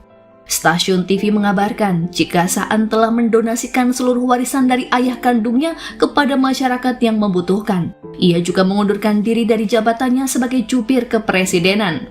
Semua staf dibuat kehilangan sosok atasan yang sangat mereka hormati. Sementara itu, Kyujin dan sekretarisnya ditahan untuk diselidiki tindak kriminalnya. Tuan Min rupanya diperintah oleh Kyujin untuk mendorong mobil itu ke sungai dan menyebarkan barang-barang Hiju untuk mengacaukan penyelidikan polisi. Di dalam tahanan, Kyujin tak kuasa menahan rasa sedihnya karena kini ia telah kehilangan putranya untuk selamanya. Kyujin pun mengingat saat terakhir bersama Saan asli dan ia merasa gagal menjadi seorang ibu karena tak bisa melindunginya. 엄마 널 다시는 잃고 싶지 않다고. Beberapa waktu pun berlalu, Tuan Ilyong menyatakan permintaan maafnya di depan publik jika ia mundur sebagai kandidat calon presiden. Ia menyesal atas apa yang terjadi dan berjanji akan memperbaiki diri dengan meninggalkan latar belakang keluarga dan menjadi rakyat jelata. 6 bulan kemudian, Kyujin dijatuhi hukuman penjara seumur hidup atas kematian ketua PAIK, sementara Tuan Min dipenjara 5 tahun. Hubungan antara Yuri dengan Sang-woo terlihat semakin dekat saja. Keduanya sangat bahagia ketika mengunjungi panti asuhan dan berbaur bersama anak-anak di sana. Bahkan Saan juga mendonasikan sebagian uangnya untuk panti asuhan tersebut. 144변인 전 재산 완원. 들었죠? Di rumahnya, Hiju masih bertahan dalam kesendirian sembari terus menunggu kabar dari Saan. Ia melakukan segala cara dengan mengumpulkan informasi tentang suaminya, termasuk menjenguk Dojay di tahanan. Selama bertahun-tahun menjadi asisten pribadinya, Hiju yakin jika Dojay mungkin memiliki petunjuk tentang sang suami. Dojay pun menyebut jika setelah tragedi ini berakhir, Saan pernah berkata jika ia hanya ingin hidup bersama orang yang ia cintai. Namun jika kini Saan menghilang, itu berarti ada sesuatu yang membuatnya berubah tujuan. 먼지처럼 사라질 거라고 하셨습니다. Tak hanya Dojai, bawahan Saan pun juga mengakui jika selama ini Saan kerap menunjukkan usahanya untuk menjadi suami yang baik. Ia bahkan mempelajari bahasa cinta dan kata-kata romantis. 좋은 남편은 어떻게 되는 건지. Dari keterangan ayah kandungnya pun, Hiju akhirnya tahu jika Saan sering mengajak ayahnya makan di restoran tonkatsu tanpa sepengetahuan Hiju. Pencarian terhadap Saan selama berbulan-bulan sepertinya belum menunjukkan kemajuan, namun Hiju seakan tak rela jika Saan menghilang begitu saja. Hingga suatu malam, In-ah datang berkunjung dan berusaha menghibur Hiju agar ia tak larut dalam kesedihan. Hiju tetap pada pendirian dan akan menunggu Saan apapun yang terjadi. In-ah dengan tegas menyuruh Hiju untuk melupakan Saan karena pria itu tak akan pernah kembali. Sepertinya In-ah mengetahui apa yang menimpa dengan Saan, namun ia tak ingin berbicara terlalu banyak kepada Hiju. Air mata Hiju pun tumpah di depan kakak tirinya itu. Ternyata beberapa waktu yang lalu, In-ah memang pernah dihubungi oleh Saan untuk bertemu di rumah abu mendiang adik kandung Hiju yang bernama Yujin. Suatu malam, panggilan telepon internasional pun datang ke HP Hiju yang membuatnya sangat yakin jika si penelpon adalah Saan. Karena kode nomor telepon tersebut mengacu pada negara Argan. Tak hanya itu saja, keesokan harinya Hiju mendapatkan surat yang berisi ucapan terima kasih atas donasi yang Hiju berikan pada sekolah bahasa isyarat di negara yang sama. Padahal Hiju tak pernah sekalipun menyumbangkan apapun. Hiju yakin jika ini merupakan sebuah petunjuk sehingga ia harus pergi ke negara tersebut untuk mencari keberadaan Saan. Sempat Hiju mendapatkan pertentangan dari bawahan Saan karena negara Argan sedang konflik dan akan sangat berbahaya jika Hiju pergi seorang diri. 난 뭔 소린지 잘 모르겠고 뭐 아르간에 있을 만한 거 알면 뭐요. Keyakinan Hiju semakin memuncak saat ia tahu jika di negara Argan ada sebuah tempat yang memiliki pemandangan senja yang sangat indah, dan Saan pun pernah mengunjunginya saat masih bekerja sebagai wartawan. Singkat cerita, Hiju tiba di negara Argan. Setelah mengunjungi sekolah bahasa isyarat yang dimaksud, ia pun segera menuju ke lokasi terbaik untuk melihat langit senja. Namun ternyata daerah itu sedang diduduki oleh para pemberontak, sehingga siapapun yang memasukinya bisa saja tertangkap. Hal yang ditakuti Hiju pun akhirnya terjadi. Ia terpergok oleh pemberontak dan dibawa ke suatu tempat bersama beberapa orang lain dengan mata tertutup. Di tengah kepanikannya, muncul seorang pria yang membebaskan mereka dengan membawa Hiju ke sebuah mobil. Hiju pun hanya bisa pasrah dengan keadaan yang ia alami karena saat itu ia tak bisa melakukan perlawanan. Hingga pada akhirnya, mobil mereka pun diserang oleh pemberontak dengan tembakan bertubi-tubi. Keadaan pun kini telah aman setelah mobil terperosok ke semak belukar. Tak pernah Hiju duga jika sosok pria yang menyelamatkannya adalah Saan, sang pujaan hati. Mengetahui Hiju ada di lokasi yang cukup berbahaya hanya demi mencarinya justru membuat Saan marah. Karena Hiju tak mematuhi perintahnya untuk tetap menunggu sampai Saan sendiri yang akan mendatanginya. Hiju pun bertanya, sebenarnya kalimat apakah yang dibisikkan Saan asli pada tragedi 6 bulan silam yang membuat Saan meninggalkannya. Ternyata Saan merasa sangat bersalah karena di masa lalu ketua Paiklah yang memerintahkan seseorang untuk mencelakai keluarga Tuan Hong, termasuk sebuah kecelakaan yang merenggut nyawa adik Hiju yang saat itu masih sangat kecil. Kedua keluarga tersebut rupanya membuat perjanjian untuk saling menutupi kasus agar cita-cita mereka untuk menjadi orang paling berkuasa bisa terwujud. Dan itulah alasan mengapa keluarga Paik akan menikahkan In-ah dengan Saan sebagai cara untuk menebus kesalahan. Saat ini Saan merasa malu di hadapan Hiju karena berdasarkan pengakuan In-ah sebenarnya Hiju pun tahu perbuatan ketua Paik. Namun Hiju masih memutuskan untuk tetap melindungi Saan. Saan yang merasa dirinya harus dihukum lantas memutuskan untuk mengasingkan diri. Namun berbeda dengan prinsip Hiju yang mana kini bukan saatnya lagi untuk menyalahkan, karena ia tak bisa hidup sehari pun tanpa Saan yang membuat dirinya lah yang justru sedang mendapatkan hukuman. Hiju pun mencium Saan yang seketika disambut pelukan hangat dari sang suami. Setelahnya keduanya pun menghabiskan hari-hari romantis di pondok Saan yang berada di tepi pantai dengan pemandangan langit senja. Pemandangan tersebut rupanya selalu mengingatkan Saan akan kecantikan wajah Hiju. Beberapa waktu kemudian, Saan dan Hiju memutuskan untuk bercerai dan menikah ulang dengan identitas Saan yang baru sebagai Park Yu-yeon. Keduanya hidup bahagia dan tinggal di sebuah rumah yang selalu terisi dengan cinta dan canda tawa. Suatu hari, teman-temannya pun berkunjung, termasuk Yuri dan Sangwoo yang juga akan mengumumkan rencana pernikahan. 결혼해요. Hiju berusaha memperbaiki hubungan dengan ibu dan ayah tirinya. Ia pun menyampaikan pernikahan ulangnya dengan Saan. Dengan wajah yang sendu, sang ibu berharap kini rumah tangga putrinya akan benar-benar bahagia meskipun dengan orang yang sama, tapi dengan situasi dan kondisi yang jauh berbeda. Hiju pun berharap kebahagiaan yang sama bagi In-ah, hingga keduanya saling melupakan masa lalu dan berjanji jika dirinya akan menjadi adik yang selalu menyayangi In-ah melebihi siapapun. Pada akhirnya, Hiju kembali bekerja sebagai penerjemah bahasa isyarat di kantor berita dan mendampingi Yuri sebagai reporter. Sementara Saan bekerja sebagai negosiator di bawah Kementerian Luar Negeri untuk menyelesaikan berbagai konflik kenegaraan. Ia pun didampingi oleh Do Jae yang kini sudah dibebaskan dari tahanan. Hiju dan Saan akhirnya bisa hidup dengan bahagia dan berencana memiliki buah hati untuk meramaikan rumah tangganya, dan film pun berakhir. 사람이 더 필요하겠는데?